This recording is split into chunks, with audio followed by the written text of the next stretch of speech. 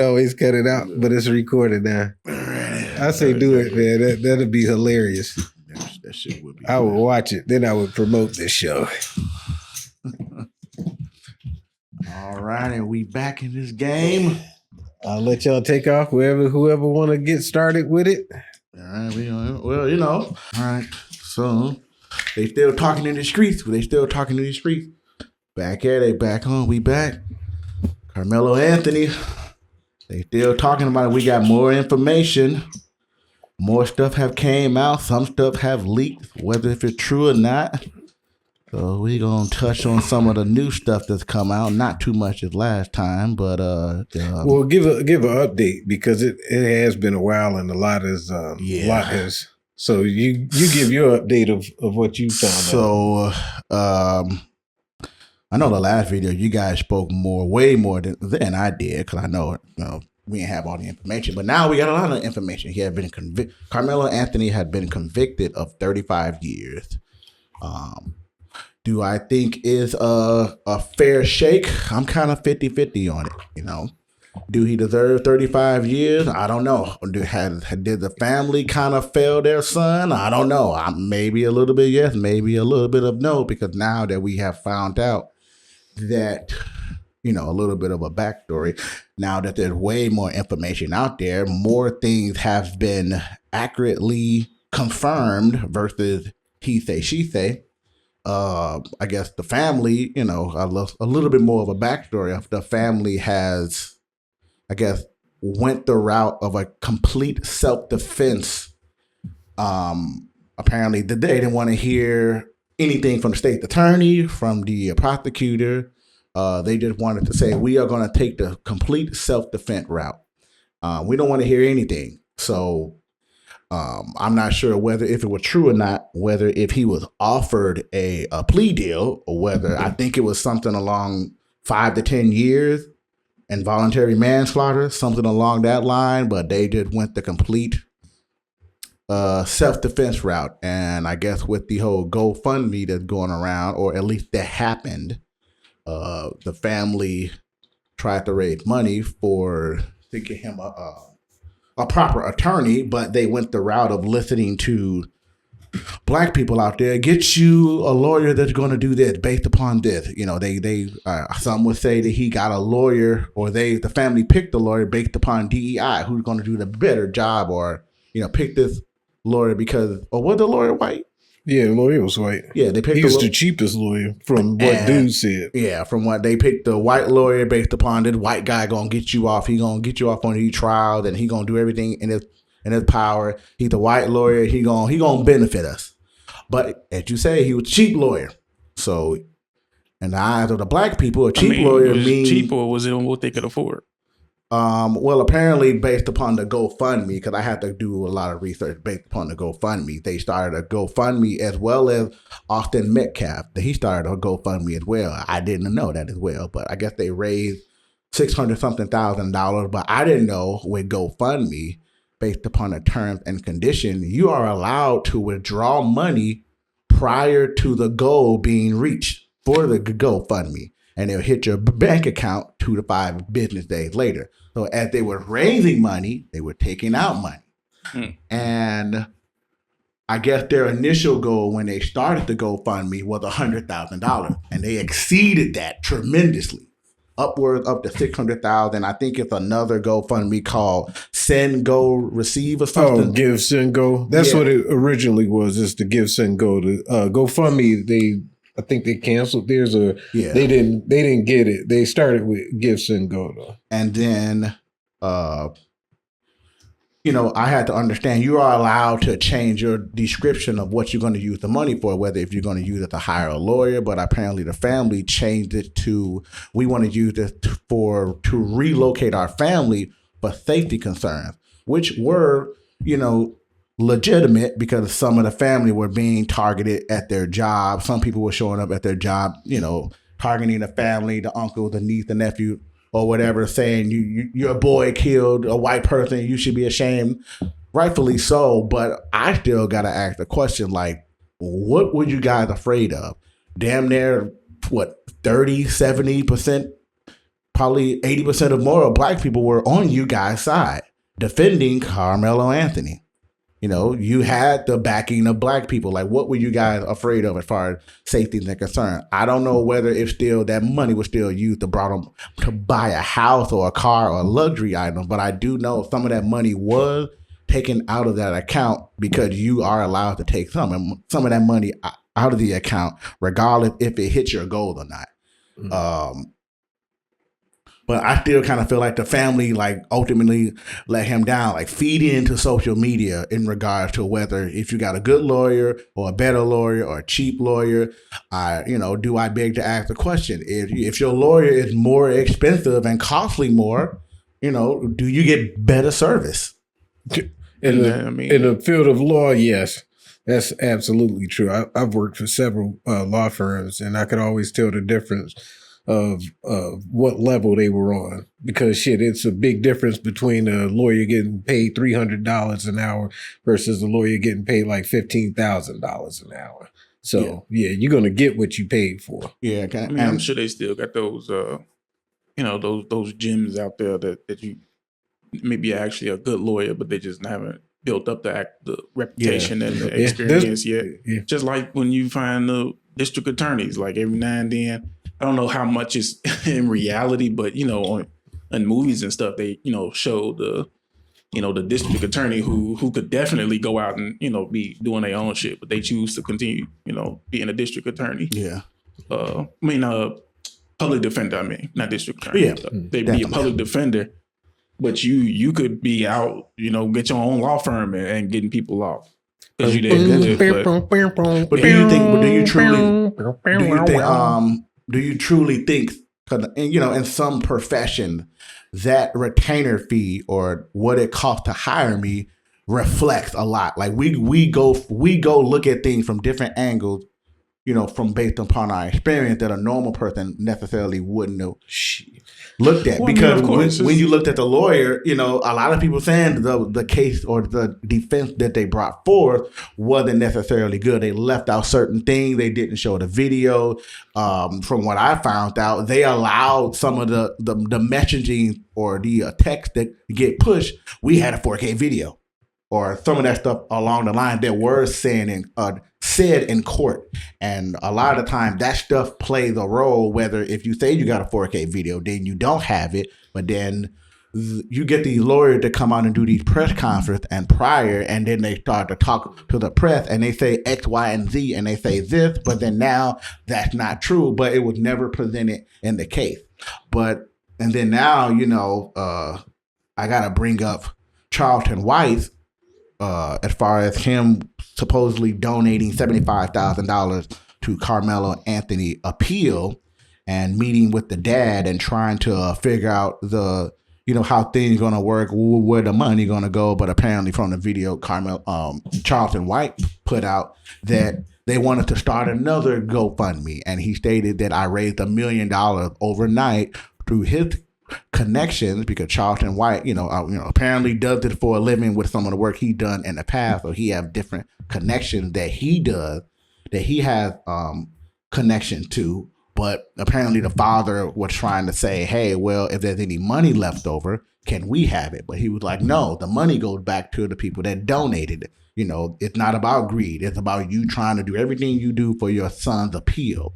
And I know the appeal process can go 2 to 4 different ways from what I saw, but that's going to be years down the line. Like, we're going to be probably 4 to 5 years later, and then he's probably going to spend at least 4 to 7 years in prison prior to that appeal going through, unless the judge allow for, a mistrial. Not a mistrial, or is that what it's called? For him to go for a whole new trial to start over again. What the appeal does is grants him another trial based off of any information that would have led him to not having a fair trial, meaning that his team now has to go and present a case to the judge and say, we would have to retry this because of XYZ. So they're claiming that it didn't have black representation in terms of the jury. So they would have to say and stand on it that we would have to have another trial based off of this information, and then the judge is still going to have to review it along with others, review it and say, okay, we'll grant him another trial based off of this information. And what the problem is that a lot of lawyers that are going through it and looking at it, the one that I like so far, this dude named Dennis Sperling, and the way that he breaks it down and describes it is like, in a lot of these cases, you may get another trial, but that doesn't guarantee that he'll get out. In some cases, it may guarantee that he'll get more time depending on the jury that is now picked for it because of all the evidence. And that's one of the things that, people aren't looking at in terms of this trial. It's like they just refuse to look at the evidence. And to your point where they said they had this 4K video out, it's like, okay, everybody said this prior to it. They said that he was jumped. They said all this information that turned out not to be true. And my biggest problem with everything, I was like, it was a murder after the push was done and dude killed her. After that, to me, it was like the end of the story. But it's the fact that how you're watching people just because of this kid as being black or whatever, it's like they gotta defy all logic and sensibility in terms of like, dude, you're looking at the same video I saw. You listen to the same 20, whatever people that were witnesses that were actually there, but somehow you still managed to come up with your own conclusions and say that everybody else is wrong and you don't even live in the same state. And I just think that that's pretty amazing. It's like dude is guilty, but the fact that, as a people, everybody is still divided on it, that's what's getting me. I was like, so yeah, I'm pretty much done with the case, but Yeah, I think this kind of goes back to what we were talking about in like a few of our earliest episodes when I was saying people tend to attach, these things to their identity and who they are. And then it's like, at that point, it's like you really can't really reason with them because they're not looking at things from, an objective. They're not looking at things from an objective perspective. They're looking at things from an emotional and an identity. So it's just like when we were saying, hey, when people attach themselves to Democrats and Republicans, if you say anything against that, they feel like you're attacking them as an individual. Mm-hmm. So it's not like you're, presenting facts. It's like, okay, you're attacking me. So then everything else goes out the window. And it's the same thing with instances like this, especially the when it happens to be two different races, especially white and black. It's just like, it's automatically assumed that there has to be some allegiance to the person that shares your skin color on both sides of the fence, or, a politic thing, like they attach politics to it. It's just like, I'm pretty sure a lot of the white liberals, like the ultra liberals, I'm pretty sure a vast majority of them are saying the same thing as some of the black people that are saying. Because it's like, it's not even about the facts of the case anymore. It's about an identity, and it's about the fact that they truly believe that, black people are under attack in America, whether that be true, whether that be a little bit true, or whether it be completely false. It's like, this is what they believe, and this is what they have attached to their identity. So it's like anything going against that, it's like they're not trying to hear it. And it's like with those type of people, it's like I don't give it enough energy to be upset about it. It's like, as soon as I hear something that's just like sounds completely ridiculous, I'm like, I just keep scrolling. That's why I'm like, I was telling y'all before, I'm like, this shit don't even come into my feed. Yeah. Like, I don't see none of this. I had to get your feed. But it is now. And since then, I'm like, since we talked about it last time and I, watched a couple things on it, it's like, it's, been coming up a little bit, but it's still been like from different people from a law standpoint. There's like different attorneys and stuff talking about it. I haven't been seeing like regular people. Like, obviously I'll see, a post of people saying X, Y, and Z. But it's like, I don't click on it. I don't sit there and watch it when it does pop up. So it's like, I immediately scroll. And then like, if somebody coming from like a professional standpoint, a law standpoint, I may watch it for a little bit, but I'm like, the fucking case is over with. So I'm like, I have no point. I have no reason or incentive to even hear what the law person is talking about. I just keep on scrolling. But at the same time, like I said, that's my perspective. Like all of this stuff is not even about the facts of a case or whether or not he murdered this other kid or whether or not it was homicide or negligent homicide or whatever the case was. It's like, it's not even about that anymore. It's about, this is something that falls on my side of the fence politically and racially and all of the other stuff. So this is what I'm going to ride with. And it's like most people that think like that, it's like, it's nothing you can really say to them. So it's like, I don't find any entertainment value in bashing them or calling them names and talking and even like taking the time to give, like I don't even give it energy because it's like, it's no point. Yeah. And you might be a better person for that, but I'm petty as hell. So I take great enjoyment calling out names and adding a few comments because to me, what you said is absolutely true. And like I said, yeah, it should be a bigger person and actually go learn some. I should be learning Spanish right about now. You're going to need to. Yeah. But it's the, yeah, that's no joke. But it's the fact that to me now, there seemed to be a movement or a shift or an awareness that's happening amongst Black people in terms of they're not jumping on this bandwagon like, hey, we all on the same boat. We all do the same thing with this case that I've been noticing because I do click on the stupid stuff and what these people say only because I'm looking at it in the sense as to what's going on. You know, I'm not in the streets, so it's like I got to look and see who's posting what. But it's the awareness is that no, we're not riding with this anymore, and this whole Black identity is it's not being looked at closer. It's being revealed. I'll put it like that. This Black culture thing is being revealed to not be what it's cracked up to be. So it's like now all the Black people that look at this with, you know, understanding and comprehension that can go look at the court cases, listen to the actual court, read the documents. They say, hey, yeah, according to the law, which is the law, not your feelings, according to the law, this is what happened to this kid and this is what it is versus to all those, I feel like it doesn't matter what you feel like at all. It has to do with the law and those that are unwilling to go and actually read it, to understand it, so they can, like you said, it's like they just refuse it. So I don't think it's anything new. I think it's always been that.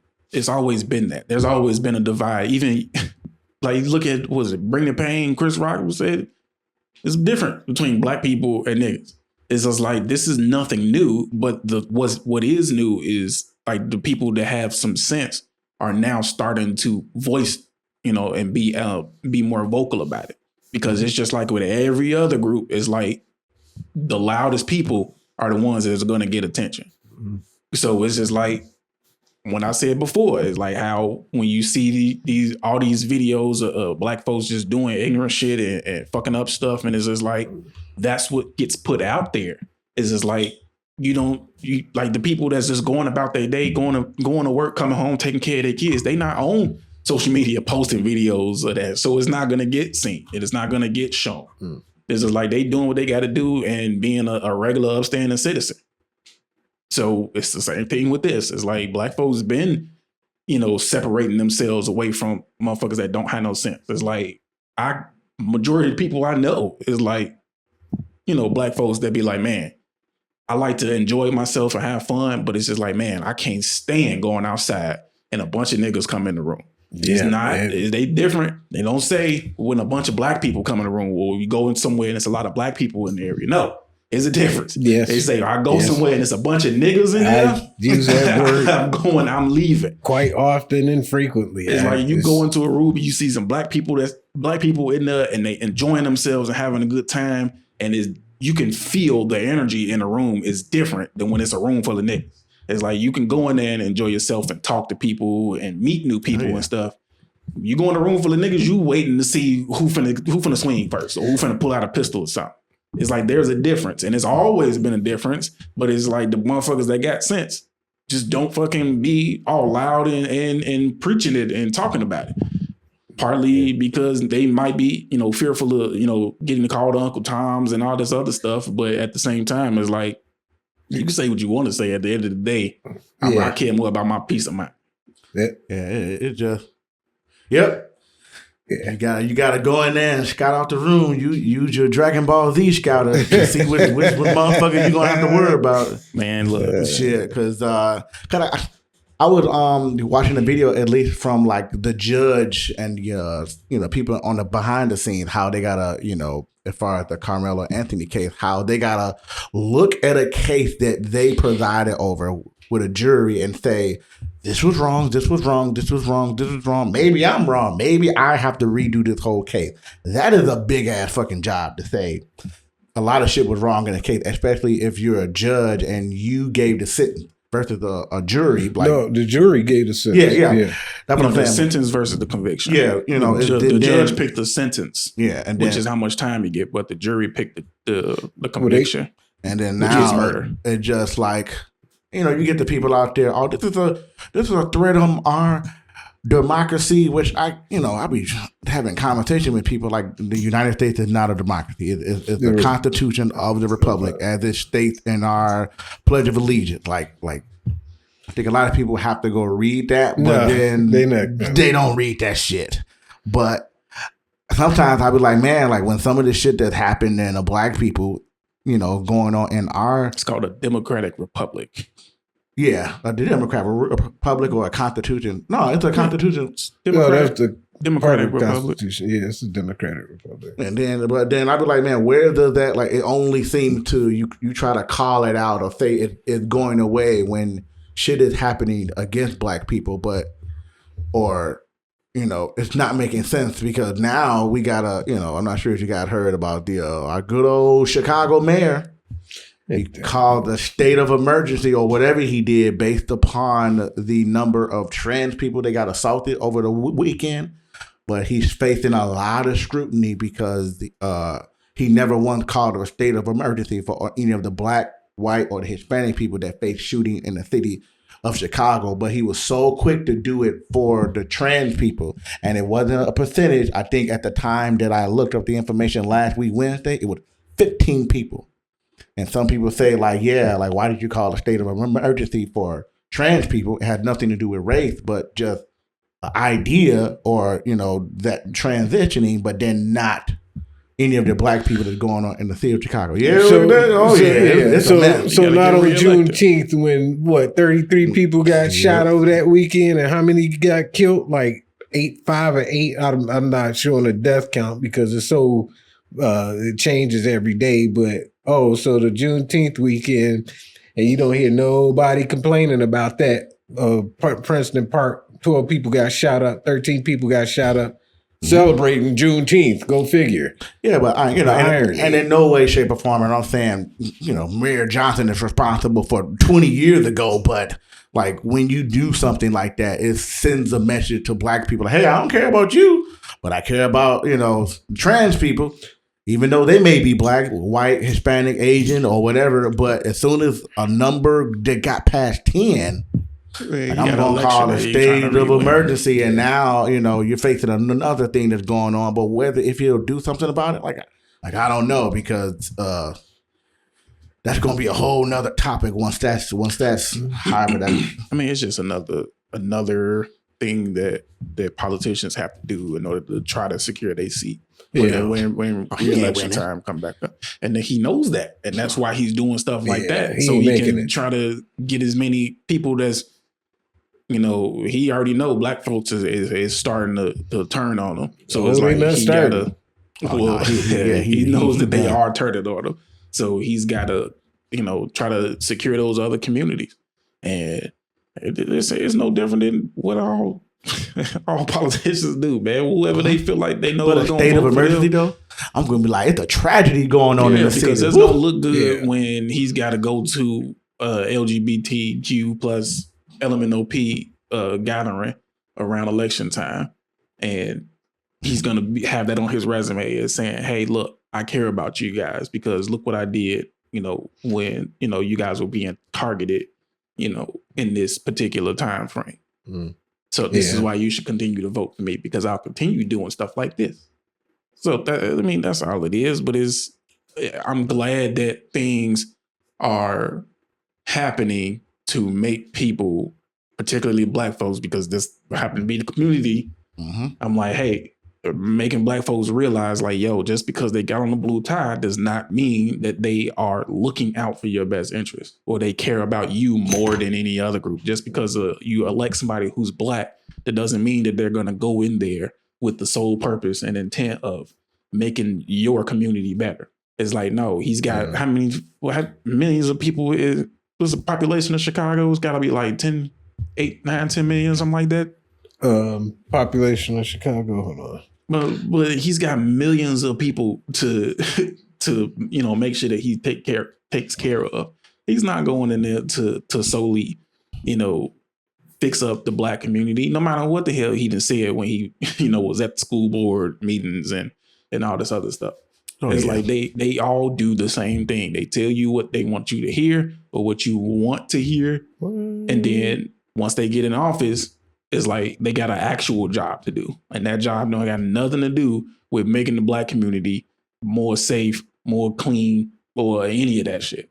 It's like that is not his number one objective. His number one objective is to make sure the city turns a profit and draws more business and make sure he get elected next cycle. He's failed at all of that. He sure the fuck did. Where them bears at? Where's Morton Salt at the 120 some odd years? Where's Saks Fifth Avenue at after God knows how many years? Where's Macy at? It was like where are all these places? Caterpillar leaving. It's like, dude, that's all your big money makers right there, and they all skating like, man, but that's a statewide thing. That's not just Chicago. Yeah, it's a statewide, but I mean, it still plays because those taxes and everything that gets raised out of Chicago that affects neighboring suburbs and districts. Didn't Indiana say that they're going to give them whatever they want, the tax breaks and some other shit? Yeah. I'm like, what the fuck? Like, what the fuck?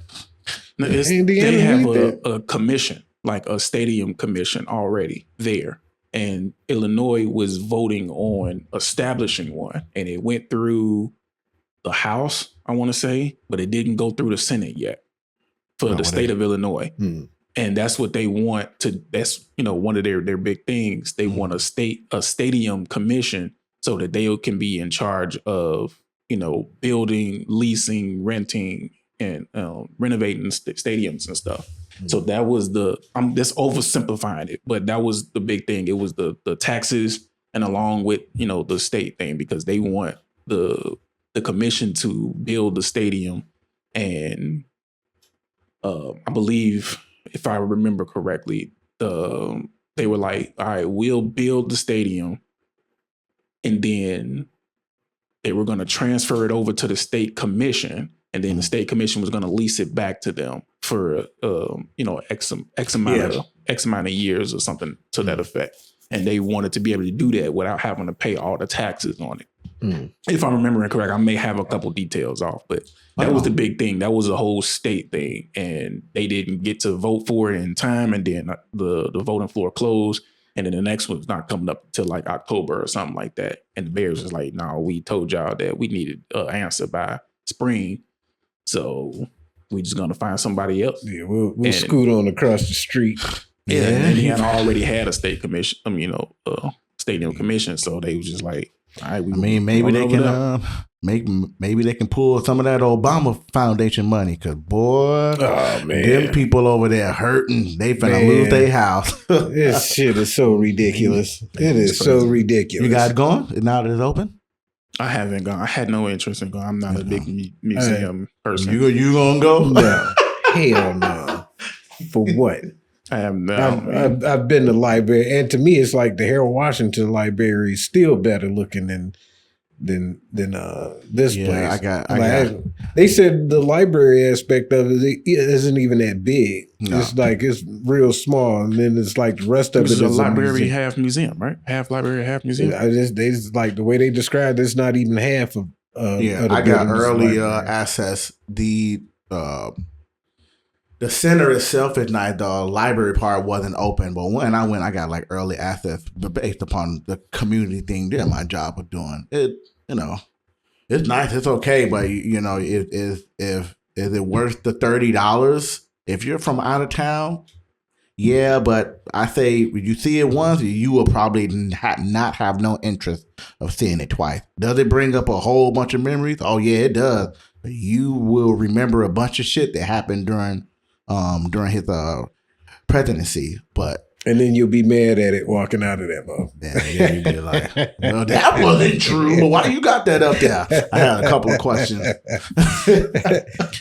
mean, I don't know. I think it's, it would probably be cool for, just to go, just to see it, I guess. But I'm like, I'm not paying $30 for that. Yeah, personally, I don't understand why they made it all concrete.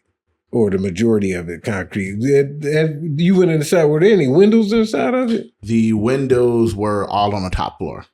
Anything else is just spots windows. If you see that, some floors you just had the skyscraper part where you see the east, and then when you're at the very top, you can see all the way around. But then it's but that's the part you have to pay to get into, though. Yeah, that was the part. The library part, that part wasn't open yet. Oh, okay. But it didn't. The library part is free. I don't know. I don't know. Is it? I'm asking. Oh, I have no idea if it was free or not. But yeah, I mean, I don't know. My whole thing of it is like, how is that going to affect the people that live over there? Oh, the taxes skyrocket. Yeah, I'm like, if you could try to find it, they had like a graph that was showing the rate of increase for rent and stuff before they announced it, and then they had, it was steadily climbing just like normal, and then they have like a line showing when it was announced, and then it like took a steep turn to go up. Oh yeah, and then I'm pretty sure now that it is constructed and finished, I'm like, that shit is just gonna keep going further and further up. And it's like, it sucks. But at the same time, it's like, that's the way shit goes. It's like, if you want to live in a nice neighborhood, it's going to cost more. And it's just like, so what do you like? What are your, do you prefer the neighborhood to stay fucked up just so your rent could be low? Because it's like, that's really the only way that it's going to happen. I do. Shit, I expect my neighborhood to stay fucked up so my rent can stay low. Yeah, I'm like, I ain't live in a fucked up neighborhood. You ain't fixed the water heater in 6 months. Why you gonna do this shit now and raise the goddamn rent? I'm finna move out anyway. Like, why even? No, like this shit. Good. We got fucking. I would like a nice neighborhood without the fucking overinflated prices. And it's just like, but that's just not the word. That's not shit. The way that capitalism works. Any apartment or house that you used to stay in, you drive past today, and then you be like, that shit look worse. Or did it get better? Because all the ones I done, there's only one that got better. Really? Yeah. All of them, they either gone or, yeah. They said rent shot up 40% since the project was announced.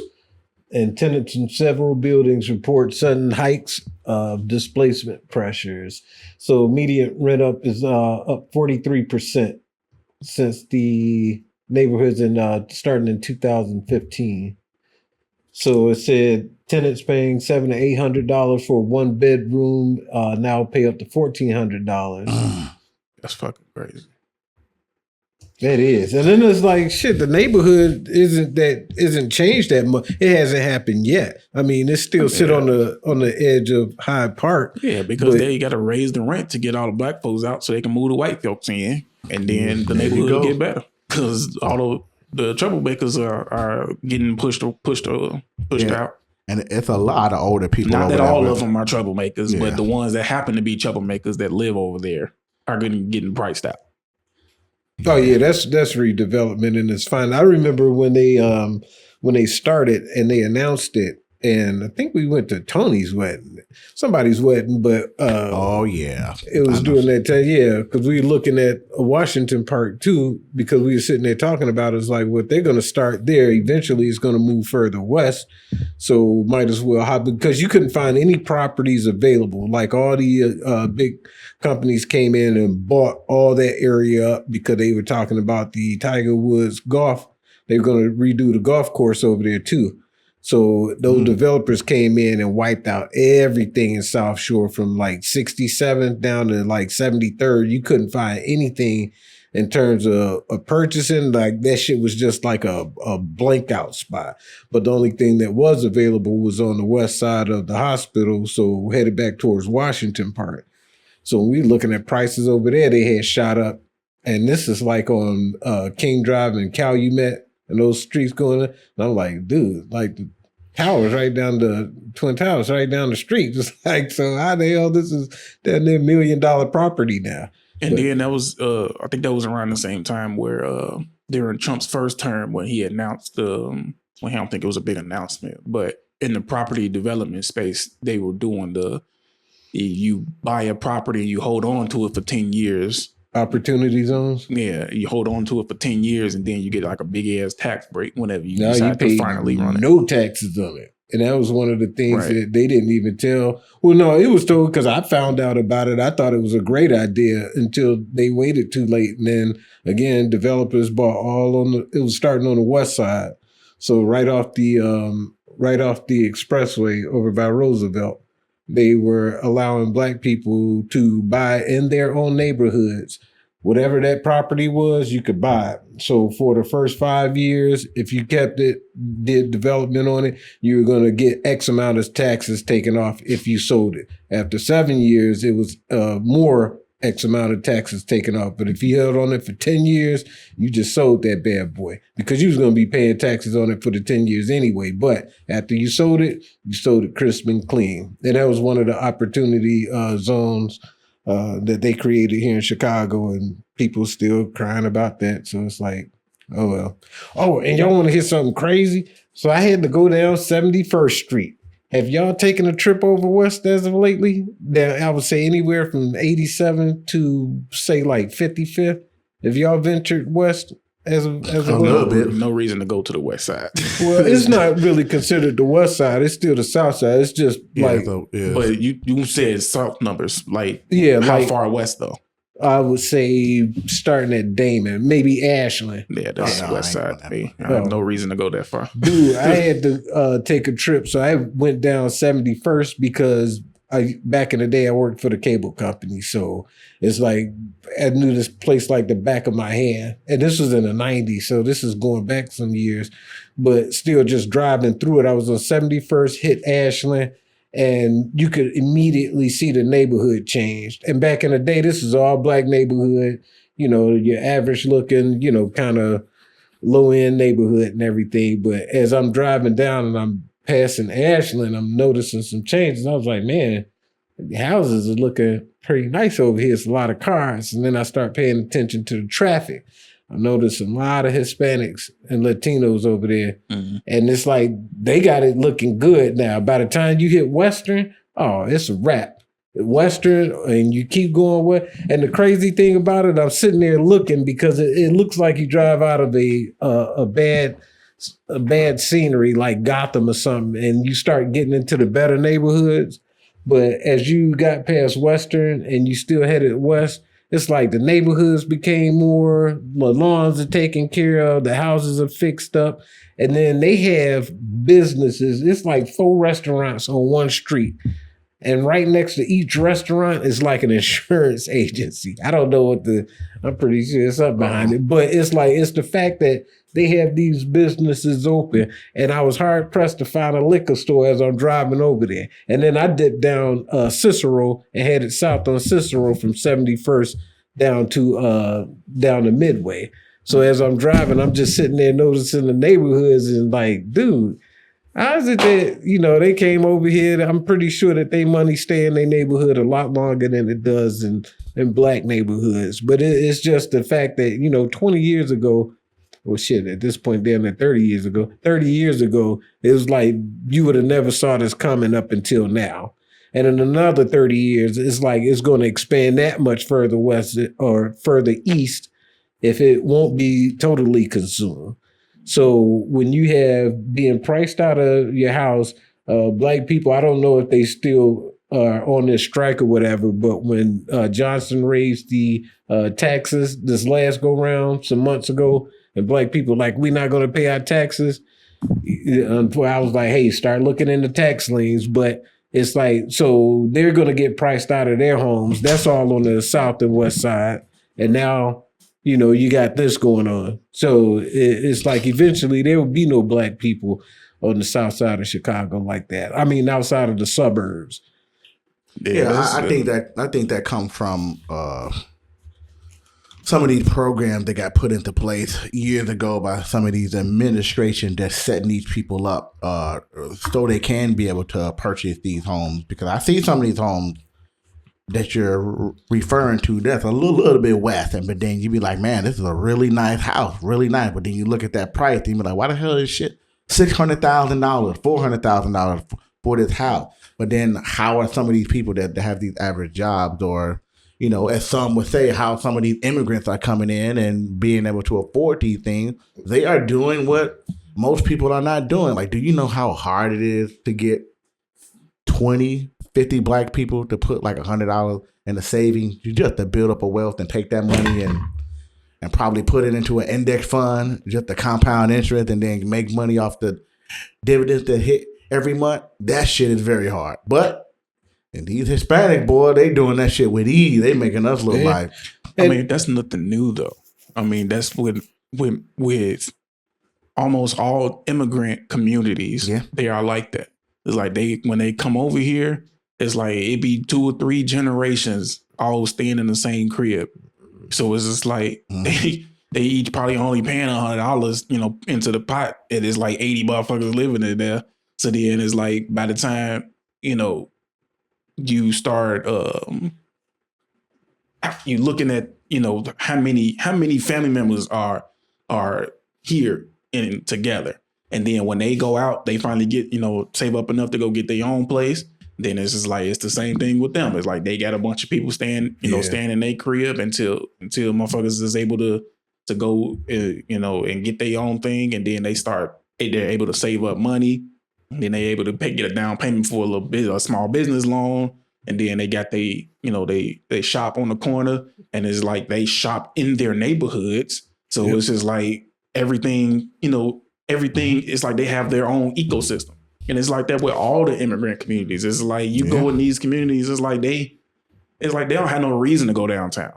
It's like they go downtown just, you know, it's like a vacation. But everything that they need is already in their community. Yeah. So it's like it's just the money is just coming in and it's like it's very little bit of it going out. They go out and they work. Sometimes they work in their community, or sometimes they go downtown and they work. They go to, you know, all other different places, you know, parts of the city, and they work. Then they come home and they spend their money in their community. Yeah.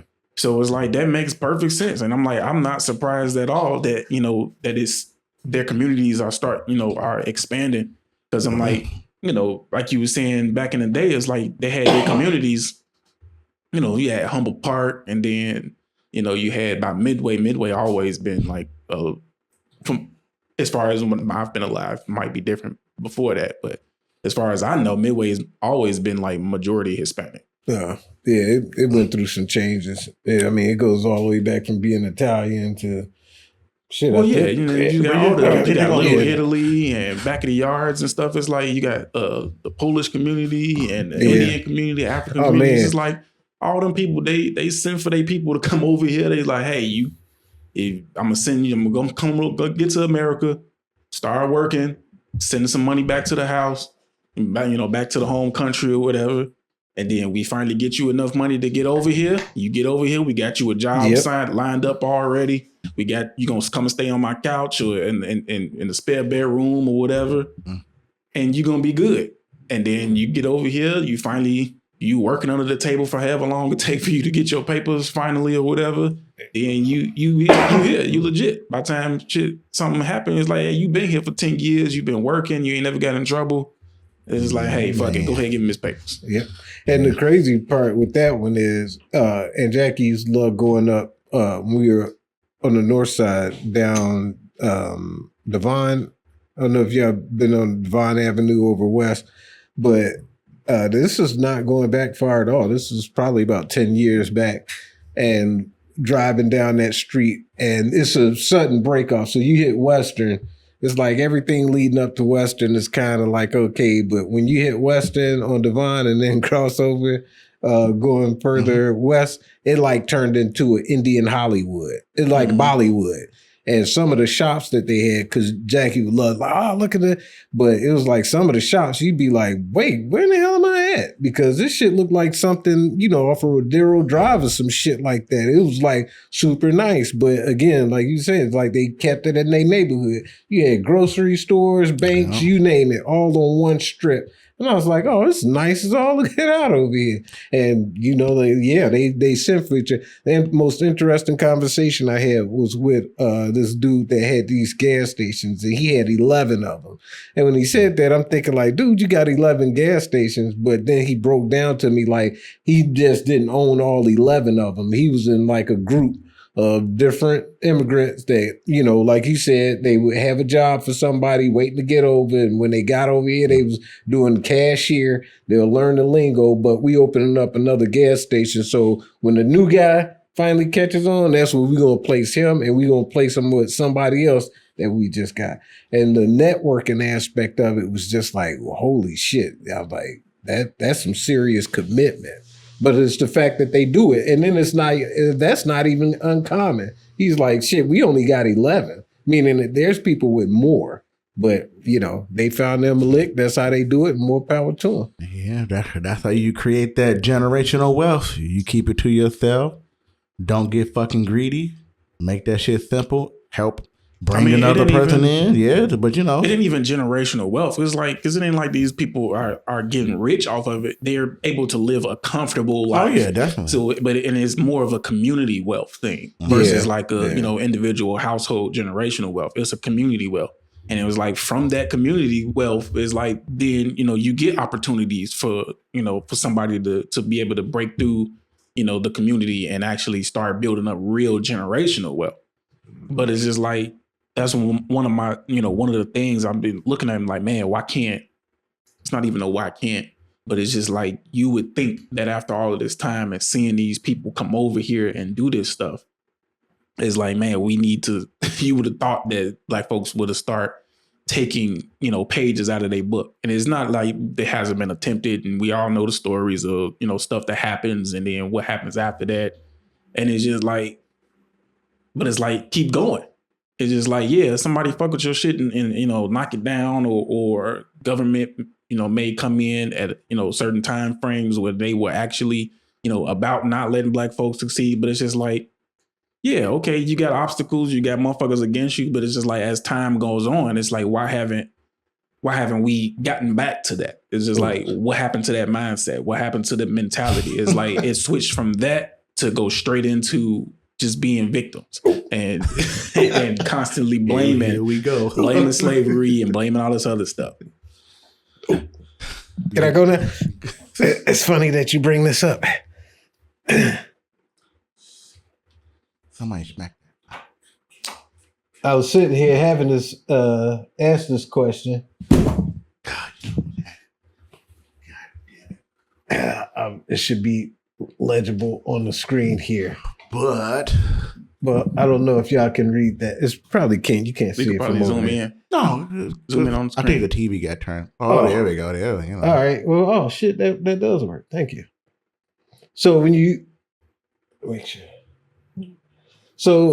ask that question, and this would be my answer to it. It's an answer to a lot of things because part of this progress leading back to the Carmelo Anthony situation and why we're asking this, like, so why can't the people that see this as Carmelo was protecting himself or that he had self-defense and all that. It's like, okay, so if you actually go and read, and then reading leads to comprehension, and comprehension leads to communication. So if you can't read, then you can't comprehend. And if you can't comprehend, then you can't communicate, which is like you said earlier, like screw trying to talk to these motherfuckers because it's pointless. So I just pulled this up. This is a national the report card for fourth grade reading amongst blacks in the Chicago area. 23% of all fourth grade students in Chicago scored at or above proficiency. 23%. You know what? This has been a thing ever since COVID. Okay. I feel like they've never fully bounced back from that. And that's coming from my own interactions, speaking with the teachers and and even seeing them, speaking on social media. It's just like that year and a half really set a lot of kids back, and the school board has not come up with any sufficient way to actually catch back up and to try to make up for that lost time. So it's like a lot of these kids are really screwed up from that, and the board, they haven't even, and then a lot of the teachers, like their mindset has completely changed, and that was the reason why I took my kids out of the school that they were going to before this, the elementary school that's closest to the house. Because it was like, I'm going to the parent teacher conferences, I'm talking to them and asking them and stuff. And it's just like the responses that I'm getting don't sound like, it sounds like they feel defeated. Because, for example, I asked one of the teachers, I was like, hey, my kid doesn't, and I asked them, do they have homework? And like out of the 5 days that of school, is like maybe 2 days they come home with homework. And I'm asking the teacher, I'm like, hey, how come do they get homework every day? And they was like, no, we don't get homework every day because the students, they really don't like, to do homework that often, and they don't get it completed. And then when they don't turn it in, it drags the grades down. And I'm looking like, really?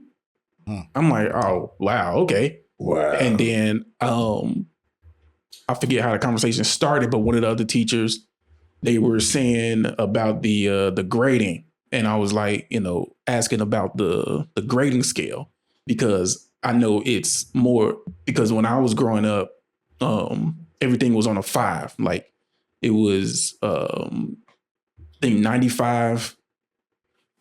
I believe 95 and up was a, no, 92 and up was an A. And then 82 to 92 was B and all of that stuff. But now it's gone down to the even numbers. It's like 90 and up is an A, 80 up is B, and like that. And I was sitting there and I was asking about it. And it was like, well, that's that's the main grading scale. But a lot of the times we grade on a curve based on the person who did the best in the group, in the classroom. So whoever got the highest score, we grade on a curve for everybody else is based on that. And I'm like, what the fuck sense does that make? I'm like, so if the highest person got a B, you bump them to an A and then grade everybody else's on that. So then the C's become B's, D's. And it's just like, what fucking sense do that make? I'm like, and this is the way that we are settling for teaching the students. And it's just like, we already know that teachers had a terrible support when it comes to, the like lessons and supplies and all of the other stuff. Is like they got to spend half their paycheck just to make their classroom look all right and to get school supplies and stuff. That's why they send out these long ass lists and be like, hey, please send your kid to school with supplies and some supplies for the classrooms and stuff. Because the student, like the teachers union and stuff, is like they have not forced the school boards to actually supply them with this stuff. And it's like, and it looked like it's the same thing with the lesson plans and grading scales and the amount of accountability and sticking to like the bar is like they've lowered the bar so much. And this is ever since COVID. I've been hearing about this. And it's like it's just constantly getting worse and worse. And now it's like every time I see a teacher, with the exception of a few, but for the most part, when I'm seeing teachers on social media and like, yo, y'all kids cannot read. Yeah. And this is teachers from all over the place and all over races and different communities and stuff. Look, y'all kids cannot read. Like y'all kids are in high school and they can't read these words that you should be reading. I'm like, I see even videos of students. Oh yeah, like that shit's crazy. They'll write like a word or something. In cursive? Oh yeah. Yeah, they write it in cursive. And then some words, I think exquisite was one of them.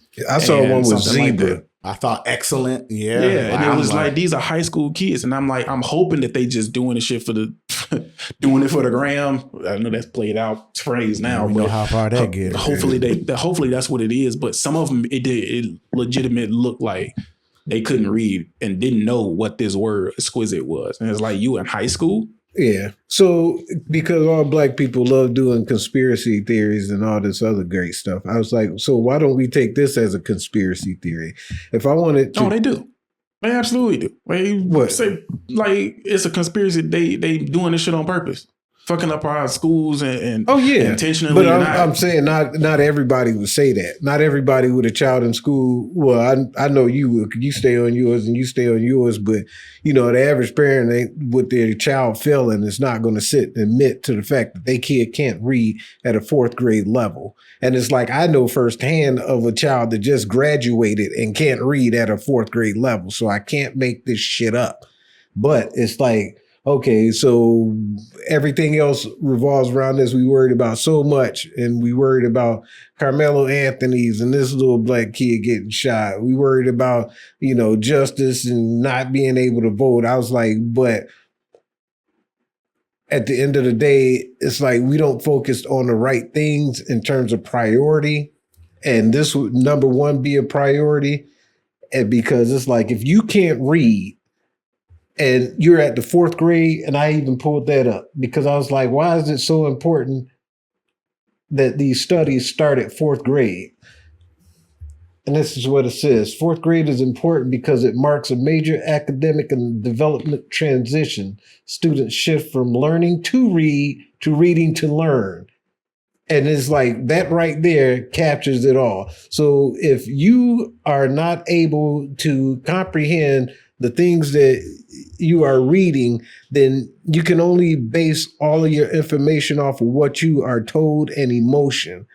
So if we go around the world or around this country, and every Black person, we'll say everyone, but shit, 23% of them, it's like these are the only ones that are efficient and able to read. The other 77% is screwed. So these are the people that can't grasp understanding of anything. You can't work with them. You can't move because they can't communicate. You can't read. So it's like that within itself to me is like, that's a setup. I'm like, that's a setup, but it's an easy fix because all you have to do is grab a hold of these knuckleheads like they used to do back in the day and make them do something. The problem with that is that nobody is going to be willing to do what it takes in order to make a change. And that's why I have no faith. The amount of work, the amount of discipline it would take in order to make a change, nobody's going to be willing to do it. And with that, you might as well get comfortable with everything you're seeing now, and it's only going to get worse. And you think they're treating Black people bad now and you're crying about it. Oh, it's going to get a whole hell of a lot worse. Because now people found out that they don't have to deal with you. All these rules that the Democrats had back in the day with the DEI and we got to hire you just based off of because you're Black, now that that's gone, and we see you act like this over something stupid, oh, buddy, it's a wrap. I ain't even got to deal with you no more. I ain't even got to tell you why I ain't hiring you right now. It's like, so good luck. Go back to where you was at. Y'all do what y'all do. Keep it real, and we'll be over here. So. Yeah, that's what I've been saying from the beginning, as far as the education being the biggest thing that we need to be worried about when it comes to, you know, politics and stuff like that. Is like you worried about, you know, who the president and council members and senators and stuff. And it's like at a certain point, it's just like you gotta start with your local stuff. It's like if you are, a proponent, you talking about, voting and how powerful your vote is and stuff is. It's just like you need to be looking at the people that you're voting for when it comes to your school districts. And I'm not 100% sure on, what all, positions are electoral, but it's just like, I'm pretty sure that there's a good percentage of them seats that have direct control over the Board of Education and, your local Board of Education and stuff. So it was just like, that's where the shit needs to start, because how can we expect anybody to do something or make something of themselves if, we don't have a school to teach them how to do it?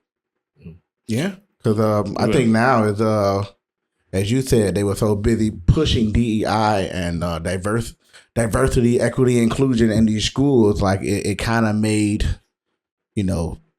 fucked up the system even more from what it was already being done, because now you got all these school boards and these people on these seats and stuff pushing this DEI stuff, and some of these weird books that's going into the school, thinking that those are way more important, that your kid should know, or your 9-year-old daughter or son, that they can swap their gender at 9 years old. And why are you teaching that to kids in school? What happened to simple old sex education in school? Like, even you have to get your parent to sign off on that shit. Right. And you said, no, I don't want him to know anything about that shit. No, I'm good. I'll pass on it. I'll handle that myself. But they fight against parents so hard just to keep these books in the school. And you see these meetings with these parents going up there in front of the school councils and these board meetings talking about, this is how you put anal plug in your butt. Why is it being taught to fucking kids? Yeah. That shit make no fucking sense. This is how a dildo look. This is how you put on a condom, and they showing pictures and shit being inserted, and that shit make no fucking sense. And describing this shit in detail, it's like they keeping you distracted, but now your kid is more worried about that and how they should identify in school, and whether if their hair should be blue or pink, or get a piercing on their forehead or their cheeks or their nose, or whatever the case may be. Because I remember you couldn't come to school dressed any old type of way. You had to have some type of etiquette when you walk in the classroom, because you represent that school and you represent yourself a certain way when you sit in a class, and how you position yourself in that class in front of your classmates and with women and stuff like that. But we are being so busy distracted by all the other shit that's going on in the world. Because I know I keep seeing this shit pop up about Trump taking Black history out of the museums, and that shit doesn't make any sense, because if a lot of people don't realize, like 70% of the museums in the United States are privately owned, and they're not for profit. So now they can do whatever the hell they want. Like, if they want to take something out, they can. But there's some of the stuff is getting removed because of DEI, because it was in there and it was influencing how some of the museums presented some of the artwork. And I think the next 26% was owned by between the universities and the colleges and stuff like that, and the state. But I think the government only owns about 4% of the museums in the United States. And when you break down the numbers, there's only about 40. Like, people like mad about 40 museums supposedly removing Black history from the museum. But then you don't even know what those 40 museums are. Like, that's the... I mean, it's still a like it's a thing, and it is. I feel like it is something that it's like a flag. It's like something that's like, okay, that's something to take note of, because it's like, why? Mm-hmm. It's like, why are you guys starting to make a point of removing Black history from museums and from schools? And it's just like, there are things that are more important to focus on. But for me, with all of this stuff, how I take it, I'm like, when I look at these reports of Donald Trump or whoever they blame it on, they're saying that, okay, you don't have to have these type of exhibits or things dealing with Black people or dealing with showing black people in a positive light or showing the negative things that have happened to black folks in the past. And it's like when these companies, these privately owned companies, they choose to take that and run with it and be like, okay, cool, we don't got to do it. So let's take all this shit out. But the notion was they removed it because of DEI, because prior to DEI, it wasn't in there. No, I get it. Yeah. But I'm saying the fact that they are removing these things out, to me, it's just like, okay, like, that's fine. Now I'm putting it on, hey, we got all these black billionaires and millionaires. It's like, how many of y'all do it take to, put some money together to open up an actual accurate, museum for black folks? Because I'm like, that's personally, I'm like, I ain't got no problem with, racist people finally coming out and being racist out loud. It's just like, there's different levels to racism. It's like, I ain't, it's different, but I'm waiting for that day. I am so waiting for that day. But it's just like, hey, go ahead and be like, you nigga. I'll be like, oh, here we go. Get your popcorn because I'm about to roast this dude. Yeah, but it's just like, go ahead and be loud. It's like, that's the best type of racist in the world, is the one that's loud, so you can know exactly who you're looking at. You know exactly who you can choose whether or not to deal with this person.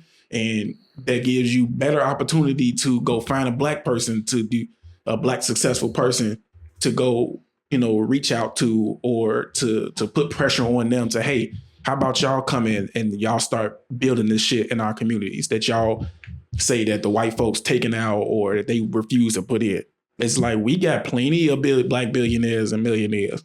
Mm-hmm. It's like, there's no reason for us to not have, the level of, black investment back into our communities. And it's like, take it past sports. It's like, okay, yeah, we cool. We got these sports programs, and it's like, that's a way for black folks to possibly get out and stuff. But it's just like, there's more important fucking stuff. Oh yeah. There's more important things than another basketball program or another football program. It's like, those things are great. Don't get me wrong. But it's just like, there are other things that we need in our communities other than another sports program.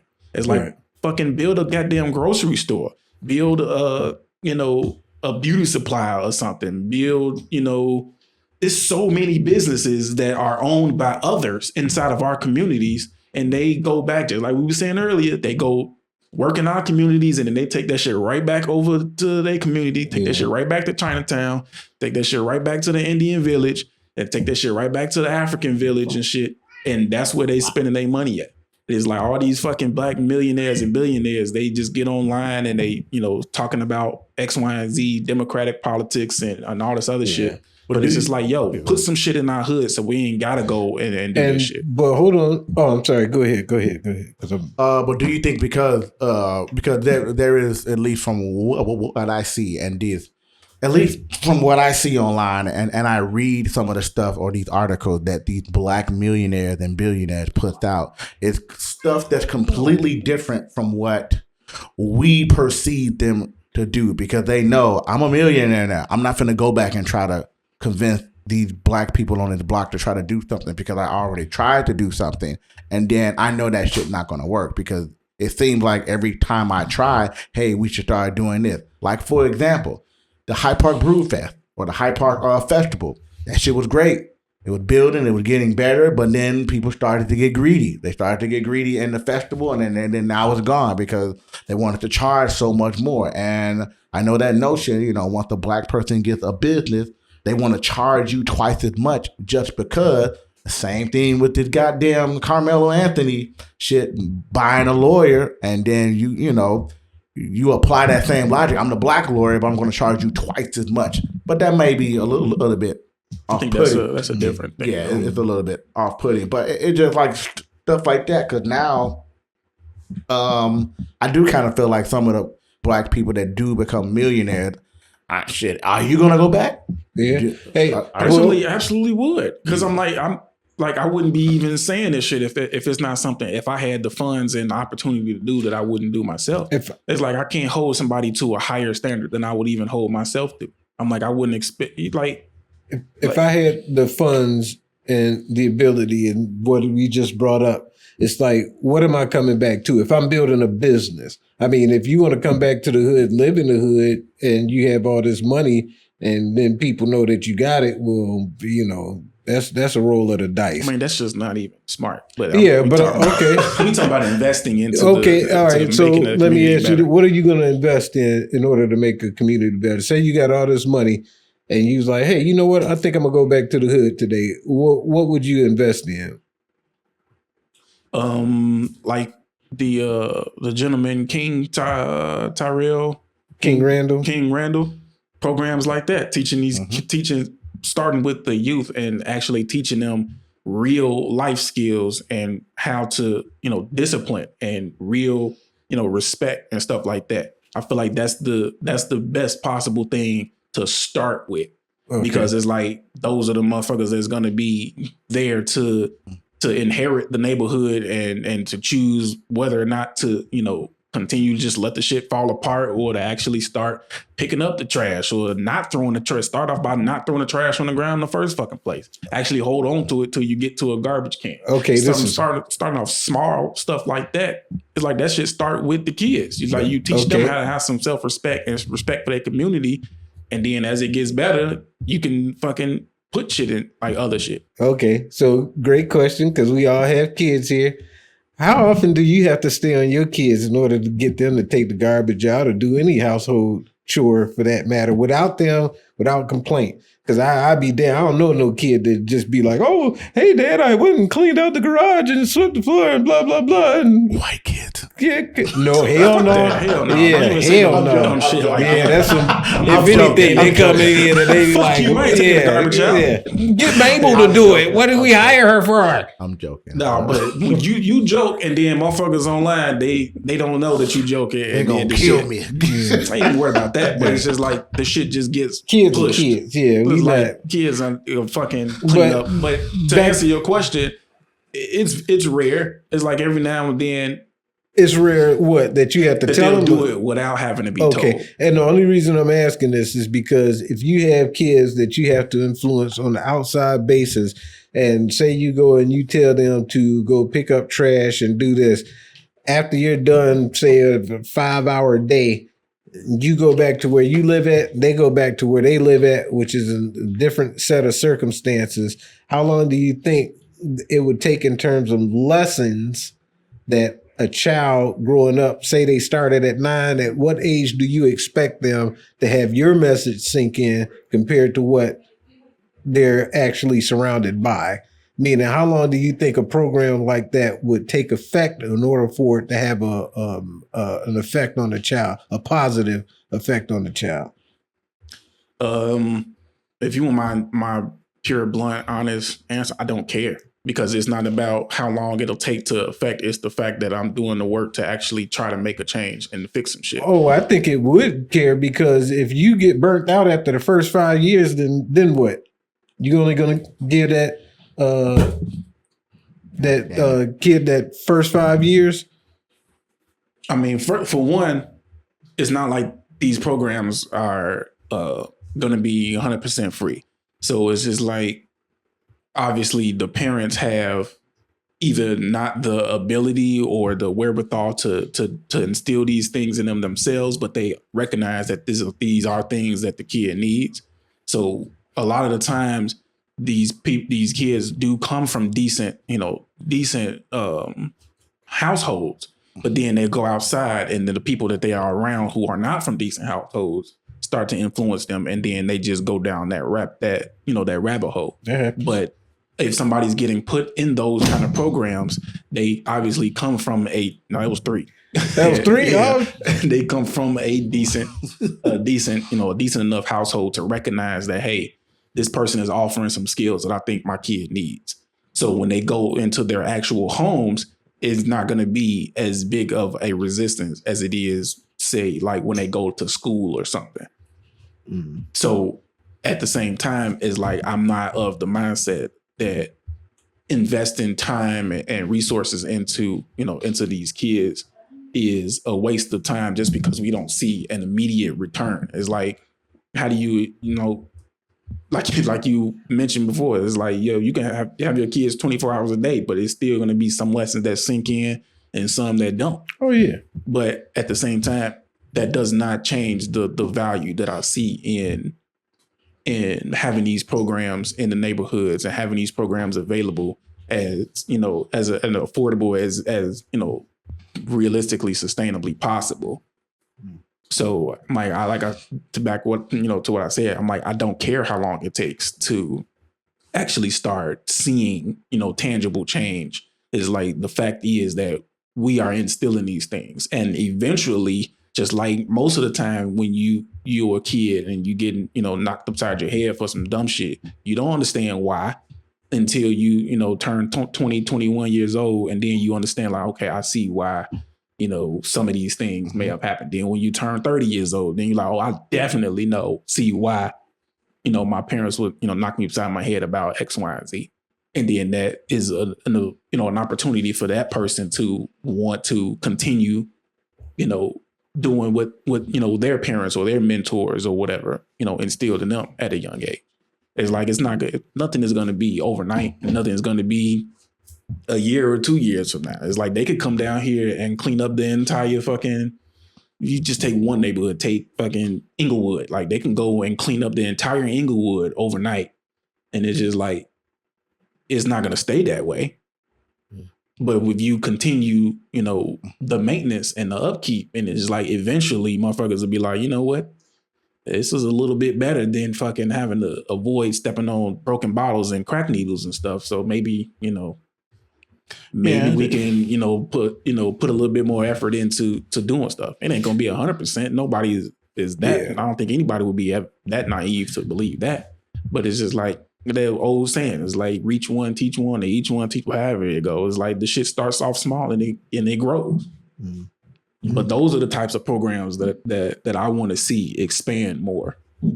I just asked that question. I mean, there's a lot of variables that goes into that, especially when you're talking about getting the development for the youth to come around to make change. And me personally, I was like, I think it would make a difference to me what type of turnaround it would have, because if not, and I've seen centers that help kids, but it dies out at the time. It starts off good, but then over time it falls out to the politics and the kids and the neighborhood, the participation.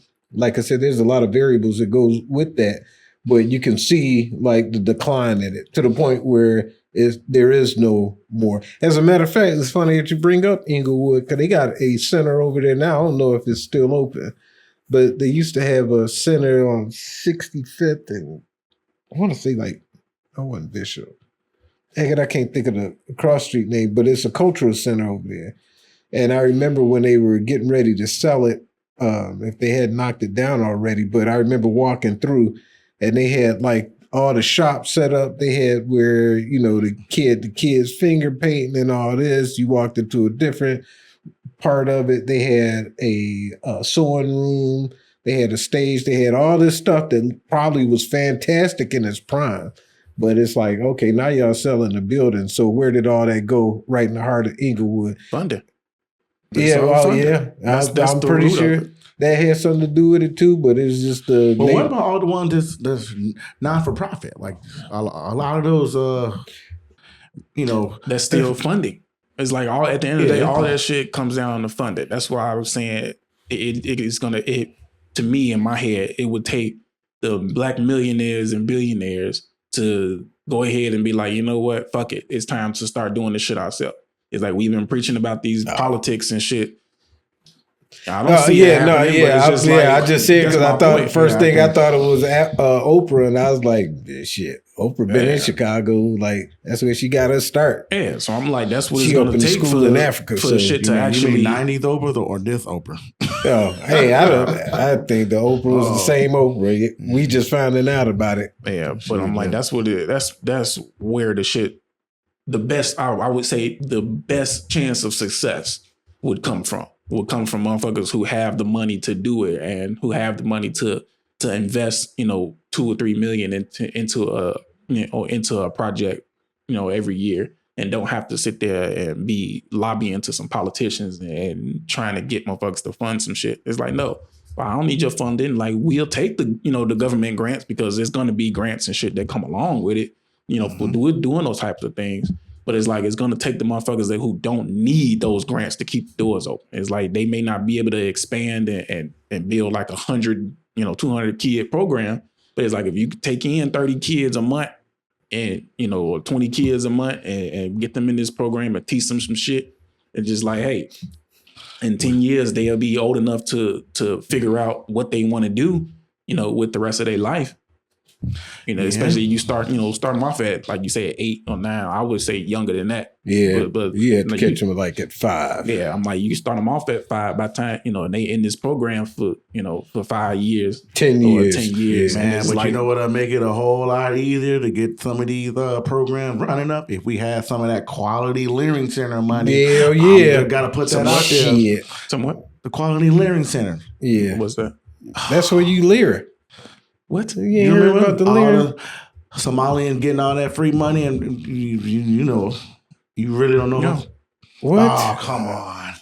You really don't get news. I envy you more and more each day. I'm like, shit, I don't even want to repeat this shit. It's so fucking I hard. don't want to repeat. That's the one in Michigan with the Somalis? No. Minnesota? Yeah, okay, I know what you're talking about. Man. I just didn't know the company name, but I know what you're talking about. They had the daycare and shit. Somebody put on one of their things, it was quality learing. Not learning, but Leering Center. And the little that's white what I was kid. wondering. I'm like, what the fuck are y'all saying? Yeah. You saying Leering? Yeah, I'm making a joke.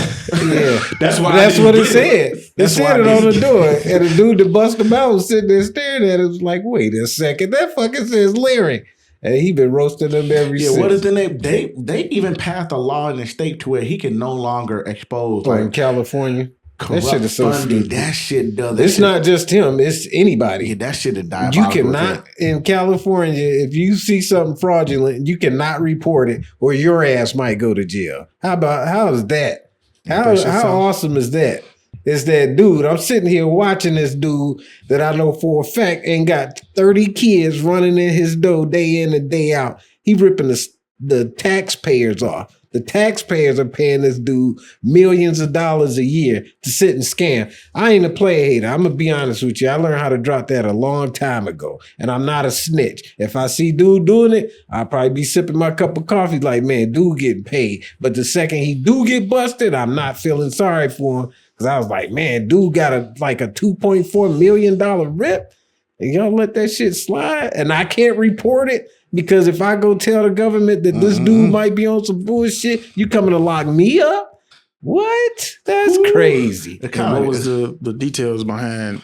He's still. No, I'm talking about behind this law that you're saying they passed. You said what's the detail behind it? It's like what were their justifications for saying he was exposing them? He was exposing all of them. I get that. I get that's what the underlying reason is. But what was it that they put on paper? Because they still got to figure out a way to put that shit on paper to get it. Well, let's look it up so we can. Oh yeah, because well, it's gonna lead into these next two topics I got. But yeah, I don't know, man. I'm caring less about what the politicians do, and I'm starting to look more at. I mean, they're the ones these rich folks allowing it to happen, and then we complain about it. That's not what I'm saying. I'm just talking about the rich folks that have the money to actually make a great impact, but they're not. And I'm like, it's a lot that that do things, in the communities and stuff, but it's like,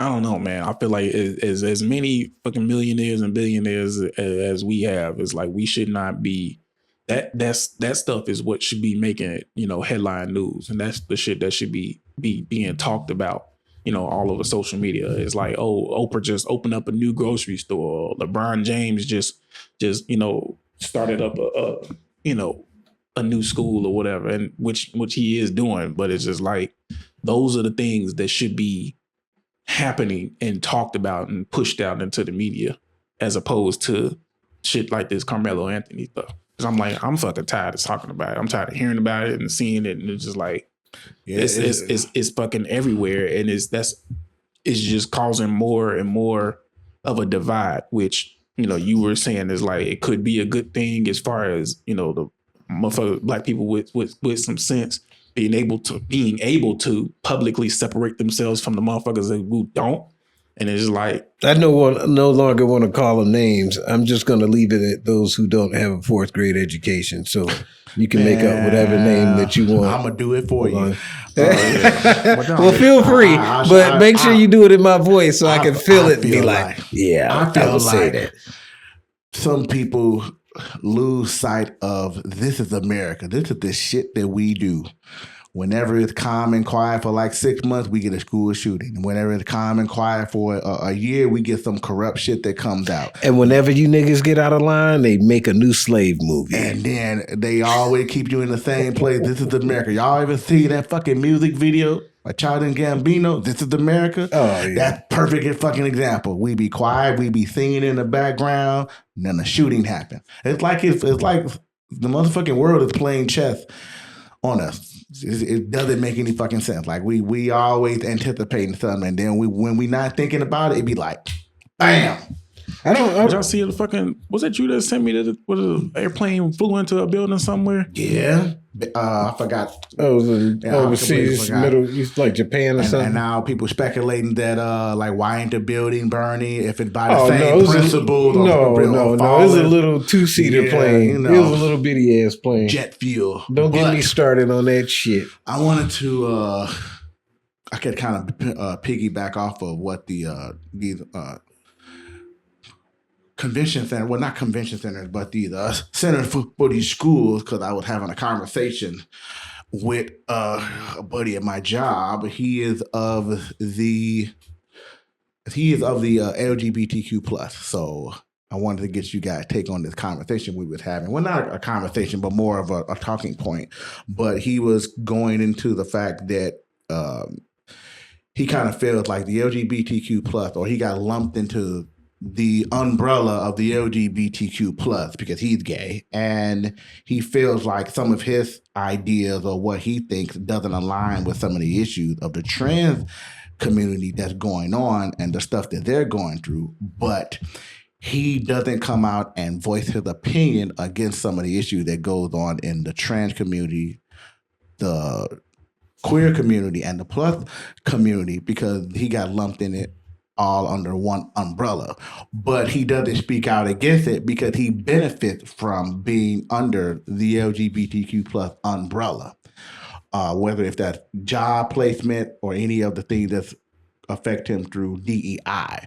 Is there a time and a place in which you will voice your opinion against something, but you're benefiting from it? You don't necessarily align with it, but you benefit from it.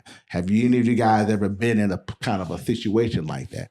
As far as you look at how the things going on in the world, I benefit from this issue of being involved in this, but I'm against it. But because I benefit from it, I'm just going to keep continuing to benefit from it because I don't want to get labeled, Uncle Tom or transphobe or whatever the case may be. Because you're benefiting from it, you're not going to say anything. Benefit from.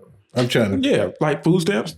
You don't like food stamps? You're getting linked, and you know for a fact that if you actually put your real, well, you leaving somebody's income off of their shit, and I agree. Oh man, it's like, hey, the sneaking out of Walmart with those 2 extra things of water at the bottom of the curtain.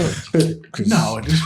Yeah, because that's the reason why they're closing all the damn Walgreens and Walmart. I said Walmart, and the one I go to is still open. Yeah, so the one in the hood, they closing that motherfucker over it's there. not because I was stealing out of it. That's a totally different budget. They two different stores. For anybody out there, I'm pretty sure if you have Link of food stamps and you go in there and you bring out that card and people use are you worried about you get looked at a certain way? Oh, hell no. We used to play that shit. I hated that shit, bro. I didn't. I fucking hated pulling out the link card, and it wasn't even necessarily like it was a little bit about the stigma, but also it was just like I hate that I'm in that position to have to use that. That was where the majority of the hate came from. Not hate is a strong word, but it's a substitute for lack of a better pride. word. Yeah, and it's the fact that I'm just like, yo, I don't want to be on this shit. I take no pride in fucking pulling out a link card and using that to pay for some fucking groceries. I took absolutely no pride in that shit, but I used it because it was a position that I was in at the moment. And it was like the moment that I didn't need that shit no more.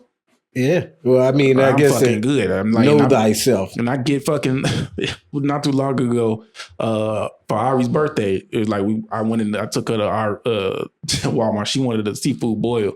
And I'm like, she wanted to go to Red Lobster. And I'm like, the fucking 8-year-old, you ain't going to no damn Red Lobster. Fucking going there and spend $400-$500 for 5 people. 5 people going on the Red Lobster? Yeah. Hell no. And then the 2 of them don't order off the kids menu no more. It's like they ordering adult meals. I'm like, we fucking gonna have Red Lobster at the crib. Yep. I took her ass to Walmart. We went up in there and got a bunch of crab legs and some mussels and some shrimp and all that other shit. Hey, you know they sell those boxes. I ate a whole box of them motherfuckers. Yeah, I was hurting the next day. I get to the register. And there's a black girl. She was young, probably in the mid to late 20s or whatever. And, you know, she's talking, she's seeing what we ringing up. And I'm like, she knows shit expensive. She's seeing what the price is. And then the price came out to like $3. And plus I got her some stuff like for her birthday, like a couple toys and some outfits and shit out of Walmart. And the total came out to like $3 something. And then I pulled out a debit card. She was like, oh, y'all got monies. Mm-hmm. I'm like, so you expected me to pull out a link card to pay for the food, and maybe that's what she see. That's exactly what it was. So it's like I'm at that point where I'm lucky enough to be able to not fucking need no fucking link card. I don't see how you call that lucky, because hell no. Shit, because I remember back in the day, motherfucker, you give them 100 and you getting $200 worth of groceries. That was a come up to me. I was never ashamed. I was like, oh, let's do this. Yeah, but there's a line between that and the motherfuckers who will purposely not get a better job, even though they can, so they can stay on link. And that's what the issue. And that's to go back to your question. Is like that's the thing that like I would speak out. I don't really care enough to, you know, make a big hoopla about it. But it's just like, if you ask my opinion on it, it's like, hell no, I'm against that shit. I think it's fucked up. And I think they should add on the things that they're talking about, that you need to show proof that you are consistently looking for a job or a better job, or some kind of means to increase your education, some kind of way that you can increase your income so that you don't have to stay on link card. I'm agreeing with that shit. Like, no, motherfuckers, that's not what that shit is for. It ain't for you to be sitting on that shit for the rest of your life. But no, it's a temporary thing for you to be able to get from point A to point B so you can fucking fend for yourself. Yeah. Now, that's what I mean when I'm talking about benefiting from something, because I had to benefit from it at the time. Mm-hmm. But I'm still speaking out on motherfuckers that'll sit there and leave off shit. Like, you know, you got motherfuckers live in your house and working in your house, but you ain't putting them on, you know, on the paperwork, or you not letting your teenage kid get a job and develop some sense of independence or personal responsibility, or you gonna fuck up my link, or you gonna fuck up my Section 8. No, fuck all that shit. That's what they supposed to do. You get a job and they help you with the bills and shit, and then they learn some fucking responsibility. So then when they finally move out, they not looking at a motherfucker for the, you know, for the free, for the handout, for the lick and all that other shit. But for you, sir, what if something you were doing and you were benefiting from it, and it does not matter? Whenever you walk into an establishment, you can automatically get any job you know you apply for. All you got to do is walk in there because you're an established with this group. Even though everything in that group, everything in that group, you do not stand for that shit. You hate it. It eats at your gut every day, and then you be like, sometimes you catch yourself, how the fuck can I keep doing this? But I benefit from it. I continue to benefit from it. And I walk in and I look at these motherfuckers, you ain't getting a job. You ain't getting a job. I'm finna get the job. All I gotta do is walk in there. I wear this little bow on my shirt or whatever because I identify or I belong with this group, Black Panther, LGBTQ plus, anything, Women's March, breast cancer, I'm gonna get this job. You ain't gonna get this job. Y'all wasting y'all time. But you benefit from it. I think he already established. No, I'm sorry. What was the question? No, that's what you said. Like what? I like dude.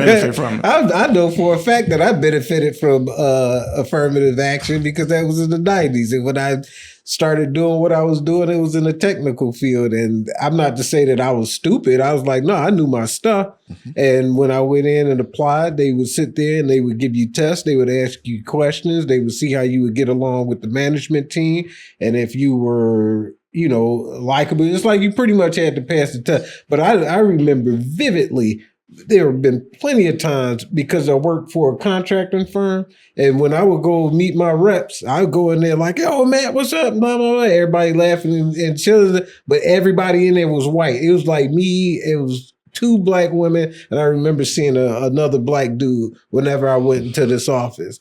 But I would always be in our spirits, and it wasn't to me the fact that I was knowing that I was going to get the job because I was black. It was more or less like, I just know my shit. But when I went and got to certain areas and went and had certain, if I looked in there and I didn't see no black people, I was like, yeah, I'm getting this job. And it was like, yeah, honestly, it's like, yeah, I benefited a lot from it. Did I feel bad? Hell no. I was like, because at the same time, I didn't look at it like I was being there because I was black. 9 times out of 10, it's like whoever was the lead, I was right on their heels in terms of learning and keeping up.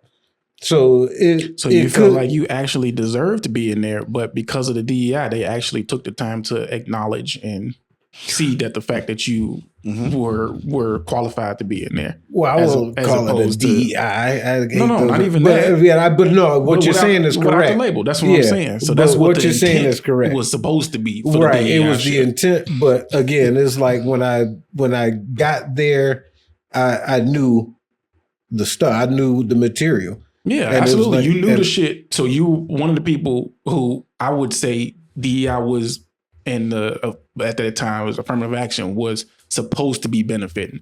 The black person who actually went in there and knew they shit and actually had some fucking sense about themselves. Mm-hmm. They went in there and they might have been perfectly qualified for the job role, but the white boss gonna pop 9 times out of 10. You're gonna hire that person that look like you. So it's like that you might not have had, have had that not been there, you would have still been equally qualified.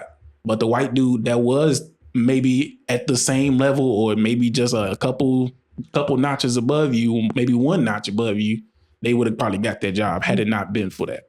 So I'm like, that's what the shit was intended to be, not for just motherfuckers, out here thinking that they just completely lowering the standard. It's like, no, it's the motherfuckers who actually meet the standard actually get an opportunity to be heard and be seen. Now, to be honest, I would say that the amount of black people that I did come in contact with while working in these areas, because like I said, it was IT. So I would meet network administrators, all different types of level of, the IT during that time. And I would say out of all the black people that I met, they were all on point. I mean, outside of maybe some of the lower, there was that one dude. But outside of like the lower, status. Less skilled areas. Everybody else that I met that was black, it was like they were top of their game. And they weren't trying to prove anything to anybody. It was just the shit. They were just good with the shit that they did. Mm. And I was just like, and I learned quite a bit from a few of them. So, but to them, it was the same thing. It was like they never spoke of any competition or doing something better than a white man just to be there. It was just like shit. They were some nerds. And they was like, they would always come up with ways to make an application or a program better. To be like, man, we don't have to do this anymore because now we can do the XYZ. It was never that. I got to come in here and work till 13 hours. Just kind of white man, you get to come in here and work 5. Like, no, it was never that shit. They would show you shit. They would have books. So, you're right on that part. But if that was the case, then I got paid for it because those jobs was paying good back in the day. I didn't feel bad at all. Yeah, fuck that. It's some shit. But I do agree with you on that damn link though. That shit, boy. pulling out that link card, boy. It felt like people, especially if your shit ain't working, you gotta do cash or food stamp. I know I got $10, man, but I hate this shit, bro. All right, so I didn't hate it. My next Hold topic. on real quick. Let's get back because they actually had food stamps. And it always bothered me because I thought it was worse then with the book. I thought it was way worse with the book because then you got to get change back. You got to get change back and shit. And then be like, hey, I just got this free money. Now I'm gonna go take the change and do something else with it. Like oh my God, I forgot about them goddamn books. Yeah, buddy, because I didn't understand the whole concept. I was like, man, let me get $5. My mom gave me $5. I was like, this ain't no real $5. I was like, what is this? Well, we know you're poor. This bullshit. Oh no, that's when I found out I was poor. Shit, that's it. Money. What's that? Your wooden nickel. Yeah, like what's this? Oh man, that's a voucher. What the fuck does that mean? Yeah, that voucher, that shit was a goddamn. Especially if you had fucking Section 8. How much you paying for this, man? I got a voucher. Man, you know how desperately I wanted to be on Section 8. Man, I could. We had edges, just like, dude, we couldn't get nothing. The first thing they did was looking. I was like, dude, hey, can we get food stamps or get like a Section 8? And he's like, no. Like, you go finish paying your shit. But you can't make no type of money being on those government programs. Like it is like just a fucking wrench. Fucking because clutch. Because it's supposed to be to help people who are in those down and out positions. I honestly think that it was a trap because I mean, you can't say anything outside of it, especially for black people. And I was looking this up back in the day, and this dude was running down these stats from the late 60s to the early 70s. And it all involved like the businesses that black people owned and the amount of black people that were married, the amount of money that stayed within the community. It's like all that shit was up during the so-called worst times of black people. During the 60s and the 70s, somehow, and it still boggles me. It's like, well, how is it that the marriage rate then was like at 75%? And I want to say in the late 70s, they asked black men what percentage of black men hadn't been married. It was like 35. And now it's like in the 60s. And it was just that change in the time. And it's like, dude, how is it that, you know, we go from supposedly bad to even worse over time? It's like, that's going down across the board because motherfuckers are just not. They're not having kids. They saying like we keep on the trajectory. We're not having enough kids, and we're not getting married at the same rate. And I think it's starting with the millennial generation and going down. It's like it dropped in the millennial generation, but the Gen X and Z, Gen X, the Z and the ones alphas, the ones below them. It's like they not having kids at all. The ones that are just becoming adults now. It's like they not getting married. They barely in relationships. And they definitely not having kids. Yeah, well, so that's definitely a thing that's across the board. It goes back to this is America. The government have coddled or cut off the marriage relationship. So now you got the government that's willing to give single moms so much money in a house and all this money a month just for you to stay single, but then now you get these welfare queens that stay on these programs for years and years and years. And then when it's time for you to retire, there's no SSI for you. Yeah, you got that work credit you gotta get when you gotta get 26 points or some shit for working for however many years. That shit's fucking important. That's on the government for voting down to invest them down the Social Security shit and other shit. They just left it the way it was, knowing that it wasn't actually gaining money and it was just constantly dwindling down. Yeah, and now they use they acting fucking surprised, like they know, like they saying it's a Ponzi scheme. Yeah, but they use it as a political talking point. They're gonna always fund it. Like for them to let that die, like they just use it as a chokehold to slap people in the face. We gonna get rid of your SSI. It's not getting run out in 2030. Yeah, it's not even getting rid of it. It's just it's not getting funded. It's not getting funded, and it's not getting enough money, and it's not gaining interest, and it's just like the shit is is running dry because they didn't fucking invest it properly. They're gonna tell you to come out with it. Could be a political talking point, but it's definitely a real fucking thing. Yeah. I just think as they get closer, they're gonna push it down the line, just like the last 10 years ago when they were talking about it then, when they were talking about it in the 90s. It was gonna run out by 2005. It was 1997 or. They just gonna do it again. It may have been global warming. Global warming is another thing. That shit. So y'all don't find it weird that it was fucking 65 degrees 2 days ago and it's the middle of June? Oh, we in Chicago, players. I don't exactly. It was 100 and something degrees. If it snowed tomorrow, I'd be like, oh yeah, I didn't see that one coming, but it ain't a shot. Global warming? I don't know enough to make a firm I believe or don't believe something, but what I can say from what I do know is that the shit fucking is all over the place all the time, and the shit is fucking weird. Yeah, as far as I know, it barely snowed last winter.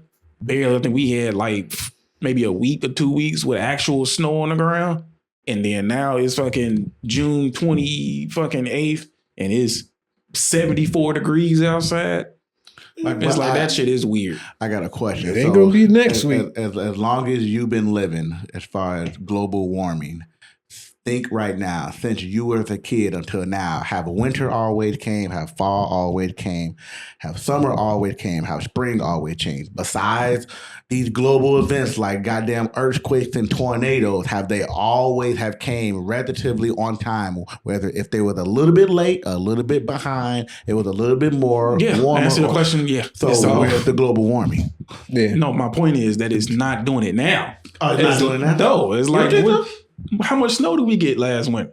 We still got snow for like a week or two, and it's like I said, it's June. But you're only thinking in your city. Just overall, we still have snow as far as on the planet, at least in the relatively United States where it's supposed to happen. So. If you look at, I'm talking about if you're looking at like in geographic areas where things have been fairly consistent or at least trending in a fairly consistent speed, it's like shit is weird. It's like it's not the same as it was. It's like you would expect, gradual changes, but it doesn't seem as gradual as it should be from my limited knowledge on it. But it's like it does seem, very out of normal. It's like as long as I've been alive, to answer your question, it's all by the time school let out.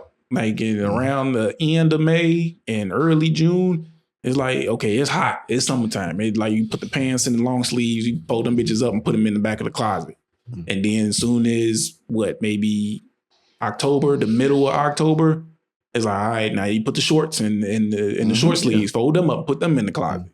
But that ain't the way it is now. It's like, I fucking had on long sleeve and a jacket last week. I look at it like this because the whole thing with global warming to me was just like, well, I just don't get it, because first thing out of their mouths is like, oh, global warming, so now we have to tax you more money in order for you to drive your car. So I was like, right now, this is some bullshit. If the first word out of your mouth is taxes when you refer to anything to global warming, it's like, well, this is a money grab.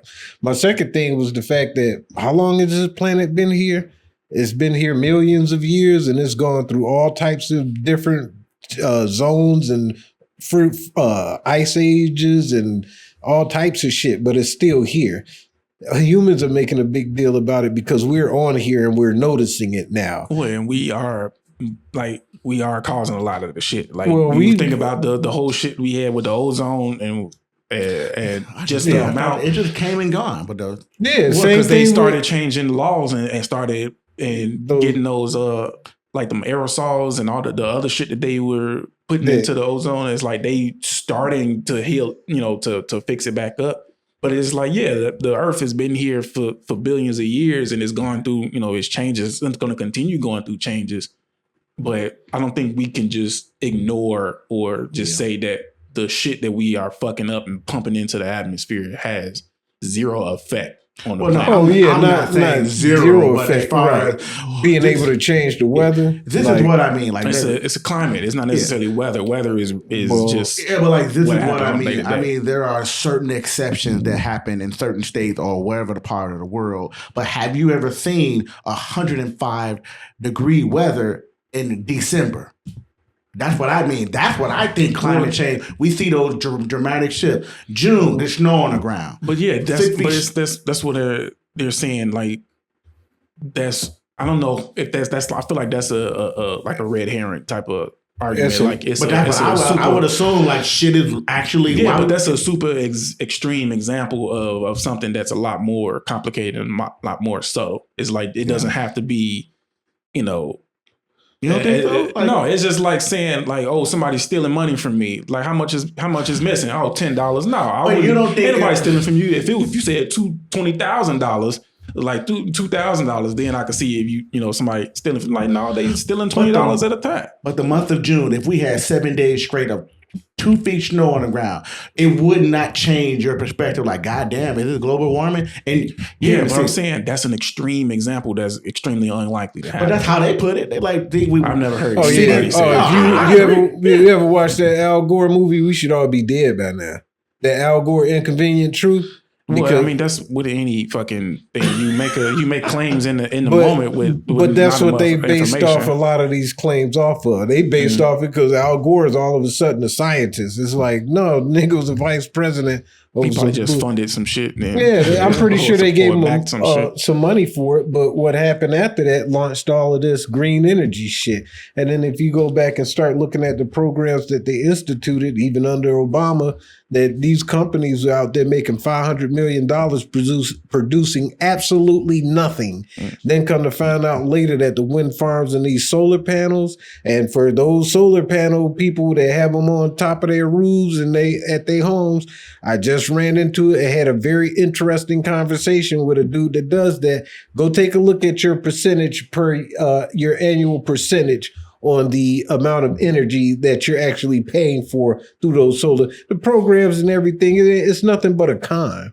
And it's like, that's all it is. So to be at this point and say, okay, we're doing something as humans that is messing up the climate of the earth that's going to affect us in the long term. It's like, yeah, well, we could be. And you know what? More power to the planet for getting rid of us, for fucking it up. Because that's the way I see it. It's like this planet will be here long after we're gone. And it's like, so the effect and the changes that were made on it now, it's not going to affect the earth. It's going to affect us. And even all these changes as far as what's the aerosols and doing it, it's like, that's for the United States. Places like China, the Middle Eastern countries, Russia, it's like nobody else is following these rules. And they don't give a shit. There? Yeah, it's like that shit don't apply to them. We got money to make over there. You look over there and everybody's just constantly wearing, especially in China. You go over there and you look at them and everybody got masks on. They got them fucking the surgical mask, even though they don't really do shit, but they have them on there because of the poor air quality. And then like you go and look, you go to the like the mountains and the temples and shit where they walk up the thing, and then you can look back over at the city. And it's just like a dark ass fucking smog cloud just hanging over the city. And it's like, nah, them ain't clouds, motherfucker. That shit is just there. Right, that's the same thing in California. Yeah. So it's just like, yo,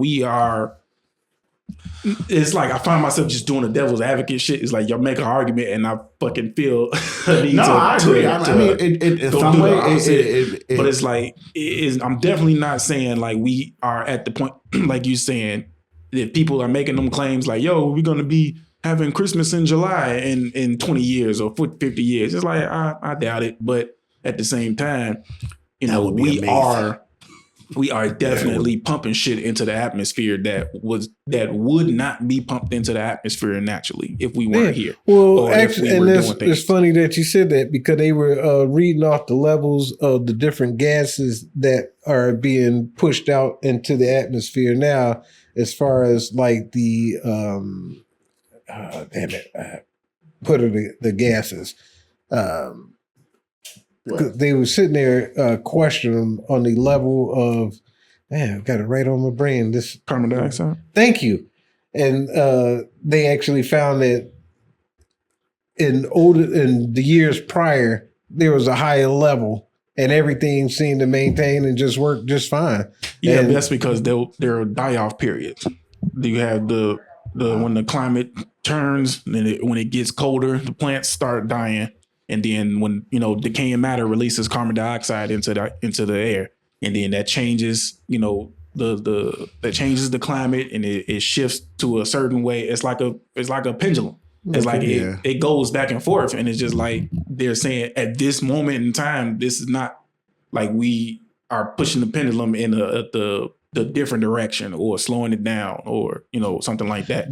That's according to just over 200 years that we've been recording actual weather and conditions. No, that's according to the millions of years that you can dig a core sample and actually read and look at the way that the earth fluctuates up and down, and you can compare that to what we are seeing now. It's like that's just the way the science is done. It's like they can look at these things and say, okay, we see that the graph usually goes like this, but now all of a sudden in this 200 X however long we've been pumping shit into the atmosphere, it's like that thing is not going down as fast as it normally goes. It's going down at a slower rate, or it's coming up too fast and it usually goes up at a slower rate. It's like, yeah, we are affecting the planet in some kind of a way. I'm like, now how drastic we can actually affect it before it becomes to a point where it's not habitable for us anymore. Like, who knows? And how long is that going to take? It probably not long. I was like, I give it even if, say that is the case. I'm on the planet side. I got no. I'm not rooting for the humans here. It's like, because if this is the case and we destroy, well, not us, but the powers that be is destroying something, it's like, okay, well, it's up to the Earth whether they want to start inching towards the closest asteroid that is about to hit or whatever it needs to do to get rid of us.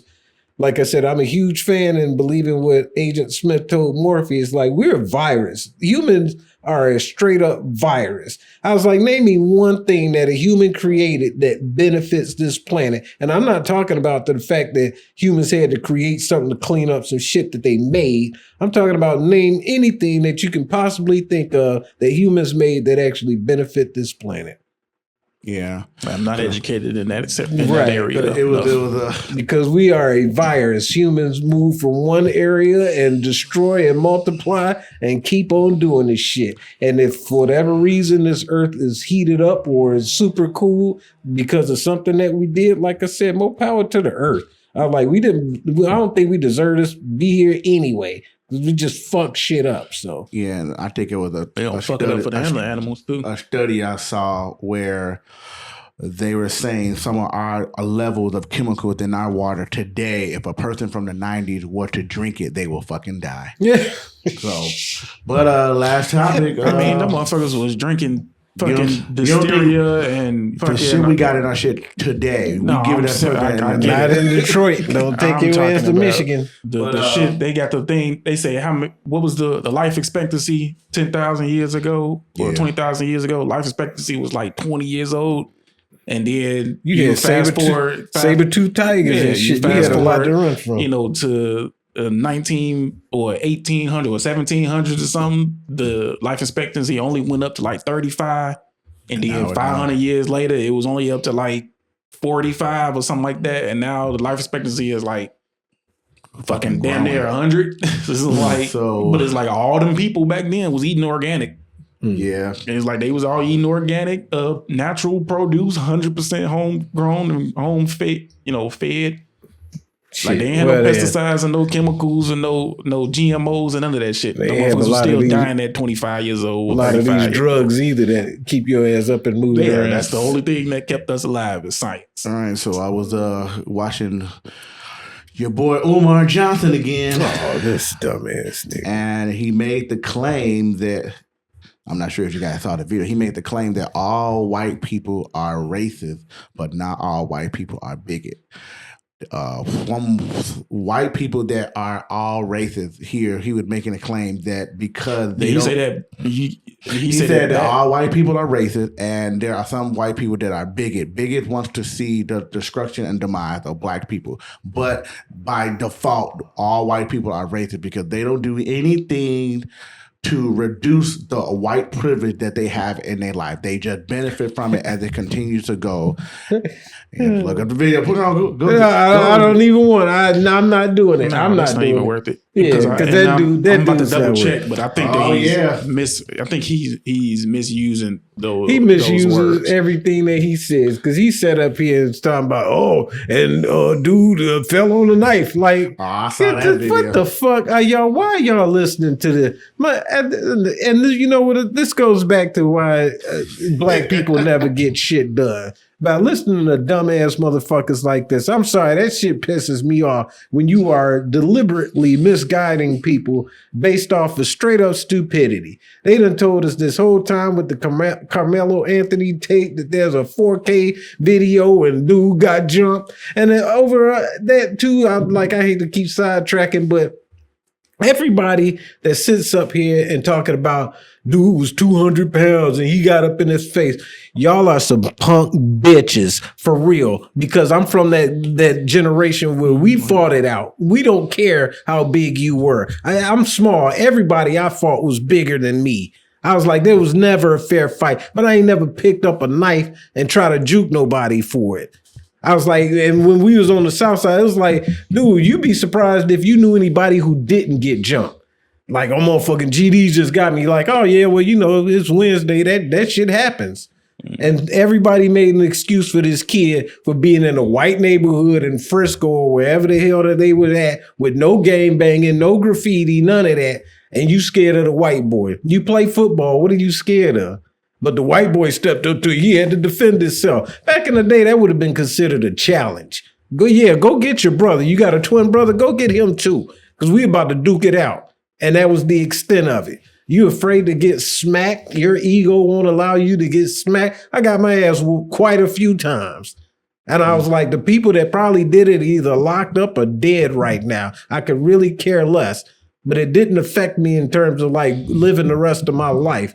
But they convincing this younger generation that if anybody gets up in your face or say something, you got the right to kill them. And you got your right to go to jail, just like this little goofy nigga. You would think that would encourage or educate some of these younger cats out there, but clearly not when you got people like Umar Johnson, fucking Willie D from the Ghetto Boys. How this nigga, I see why his career didn't go nowhere. But then you got that other FBA nigga, flexible booty ass niggas sitting up there talking about some, oh yeah, dude poke his lip, Tariq Nasheed. Oh, the nigga with his lips poked out all the time. Hey man, quit doing that shit. Anybody that fucking pokes their lips out that much, you not right.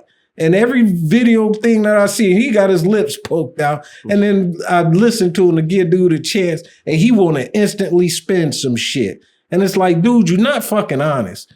Like, none of you niggas is honest. But this is where we're going to get to, listening to some goofy ass niggas like this. And fucking Umar Johnson is the head of the pack. I give him his credit. He might be like a broken clock, right 2 times a day. But all that other bullshit is just stupid. White people don't think about black people like this. They just don't. I talk to enough white people to know they do not wake up in the morning thinking like, man, if black people get their shit together, we've screwed. They do not think about it. Because they got other shit, more important shit like home loans and how to make other money. They not thinking about you niggas at all. Yeah, well, we don't want to repeat what we already said. I'm sorry, but I'm just angry. It ain't that, but it's like what I wanted to ask because I was about to say, I'm like, how do we get there from? I was trying to keep my cool, it's fine. But he said the key word. It just like it led to another discussion that somebody was trying to like go against him, not in the podcast, but as far as they're saying that,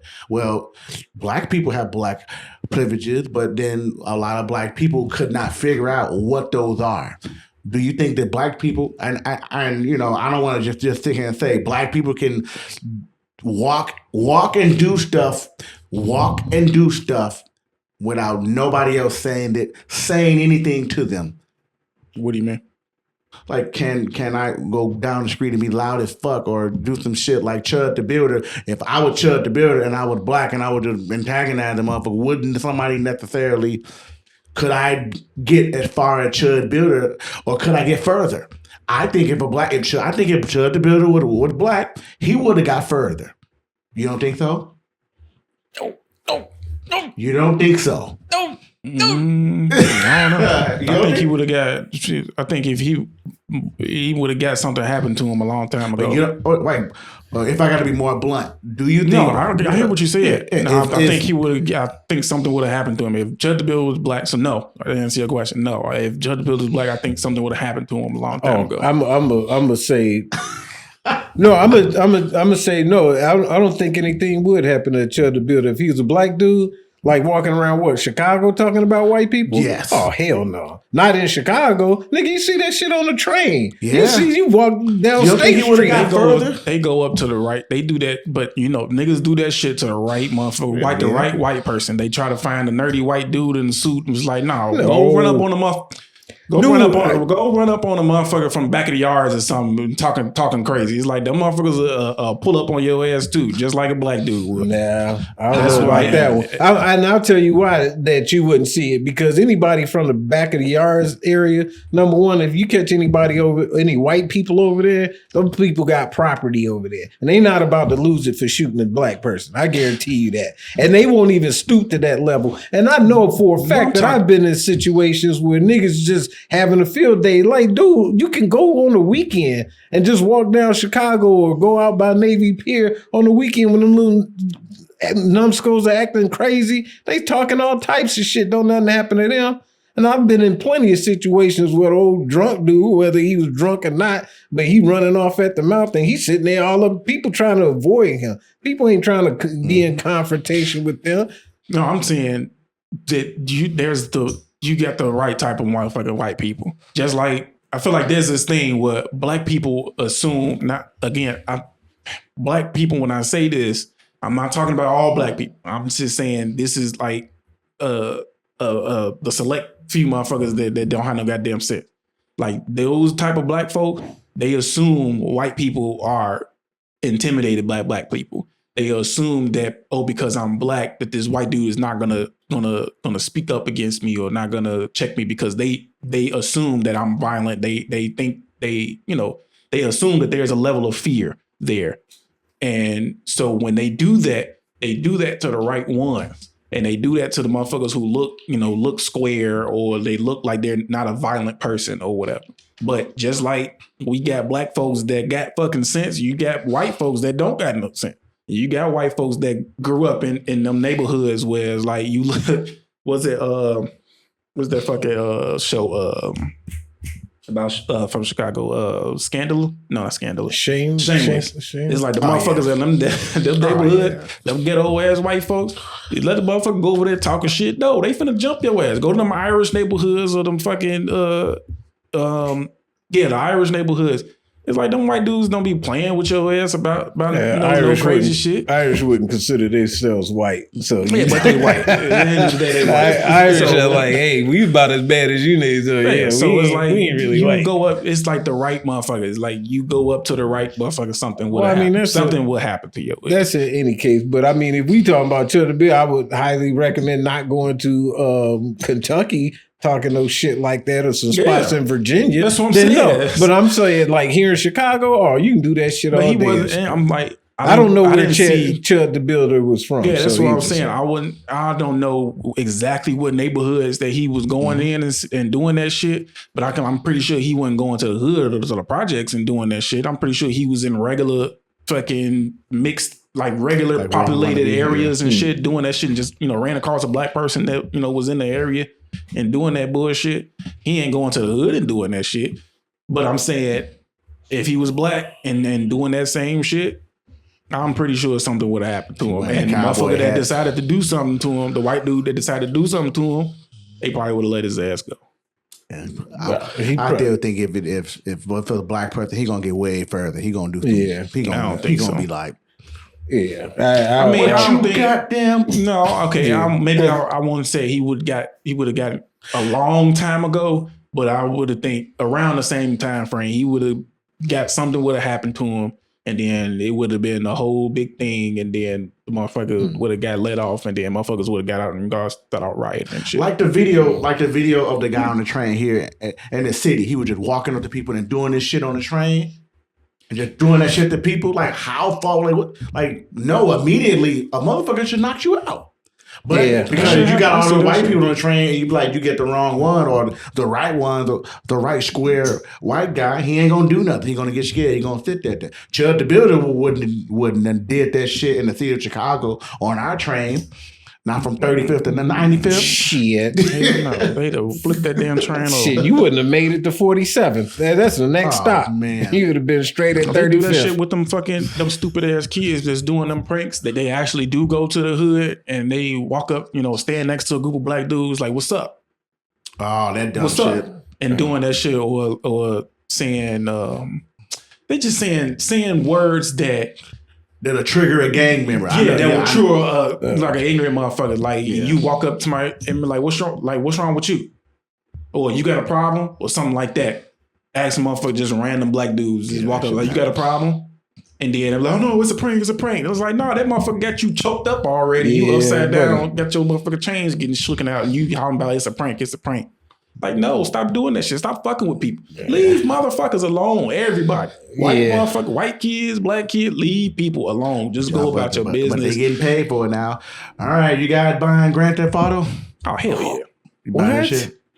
No, I'm saying what because I found out that it's $100, which I kind of, I mean, who's going to buy you dropping $100 for a game you may not even finish? I can talk all type of shit, but it's getting bought. Yeah, I'm not buying it right away. I'm gonna let I'm gonna do what I never buy it right away. Yeah, I'm gonna watch the videos, see who uploaded, see what the gameplay about. And to be honest with you, the only thing that would make me buy it like right away would be the fight mechanics of it. If they change the fight mechanics to like Sifu or something like that, then I'm in on it because I like running up on people. It ain't gonna be like that because you're still talking about regular motherfuckers. Yeah, it's gonna be ignorant. But I don't like the whole ID thing, so I'm not sure how far that shit gonna go. It's not real. It wasn't real. I get shit. That's why I just avoid the shit at all. Like you when sure I see videos. That wasn't. You got to upload an ID to be able to play the game or something. That's not real. Oh, that's what they trying to get past for the internet.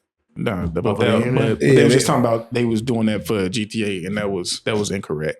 I think it was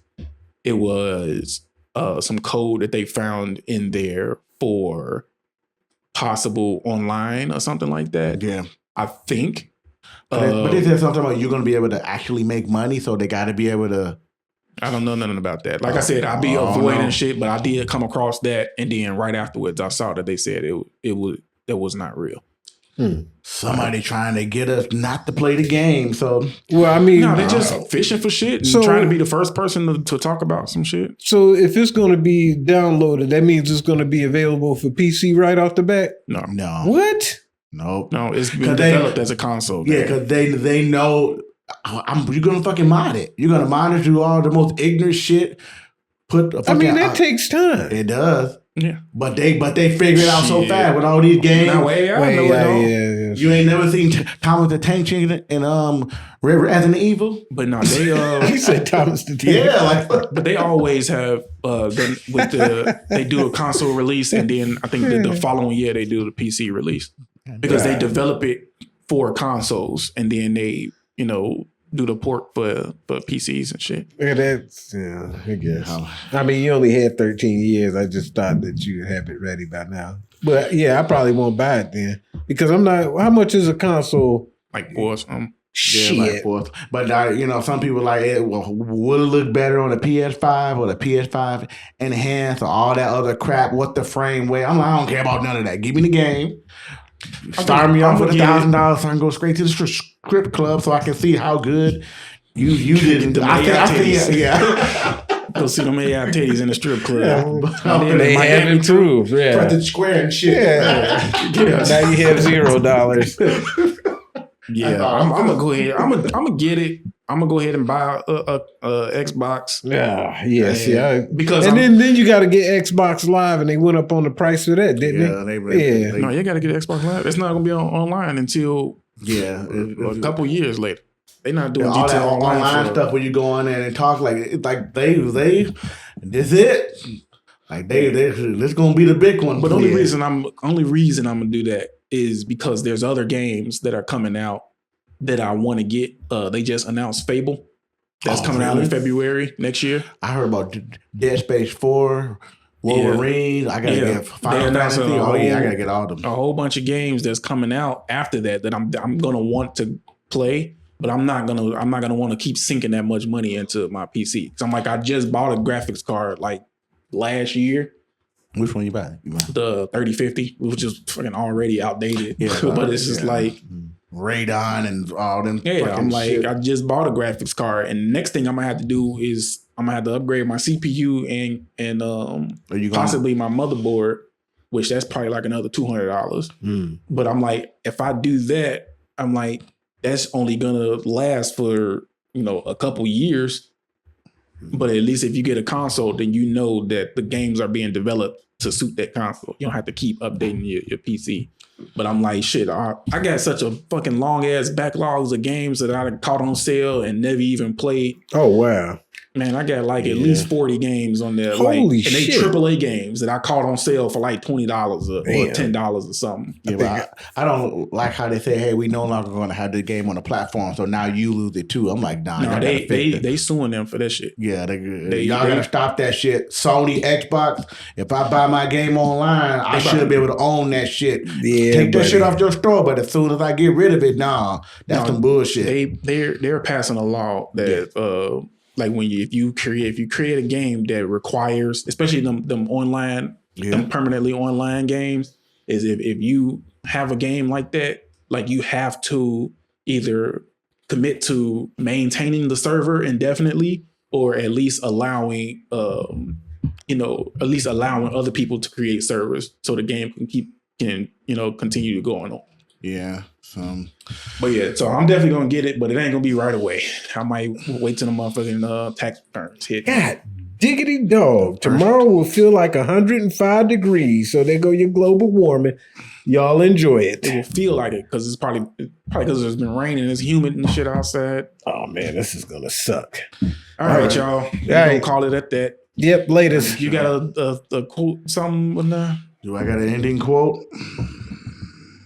No. If you ever want to try some weird shit, put a mayonnaise in your pack of ramen noodles. I don't fucking know. That's nasty. Yeah, that is. Later.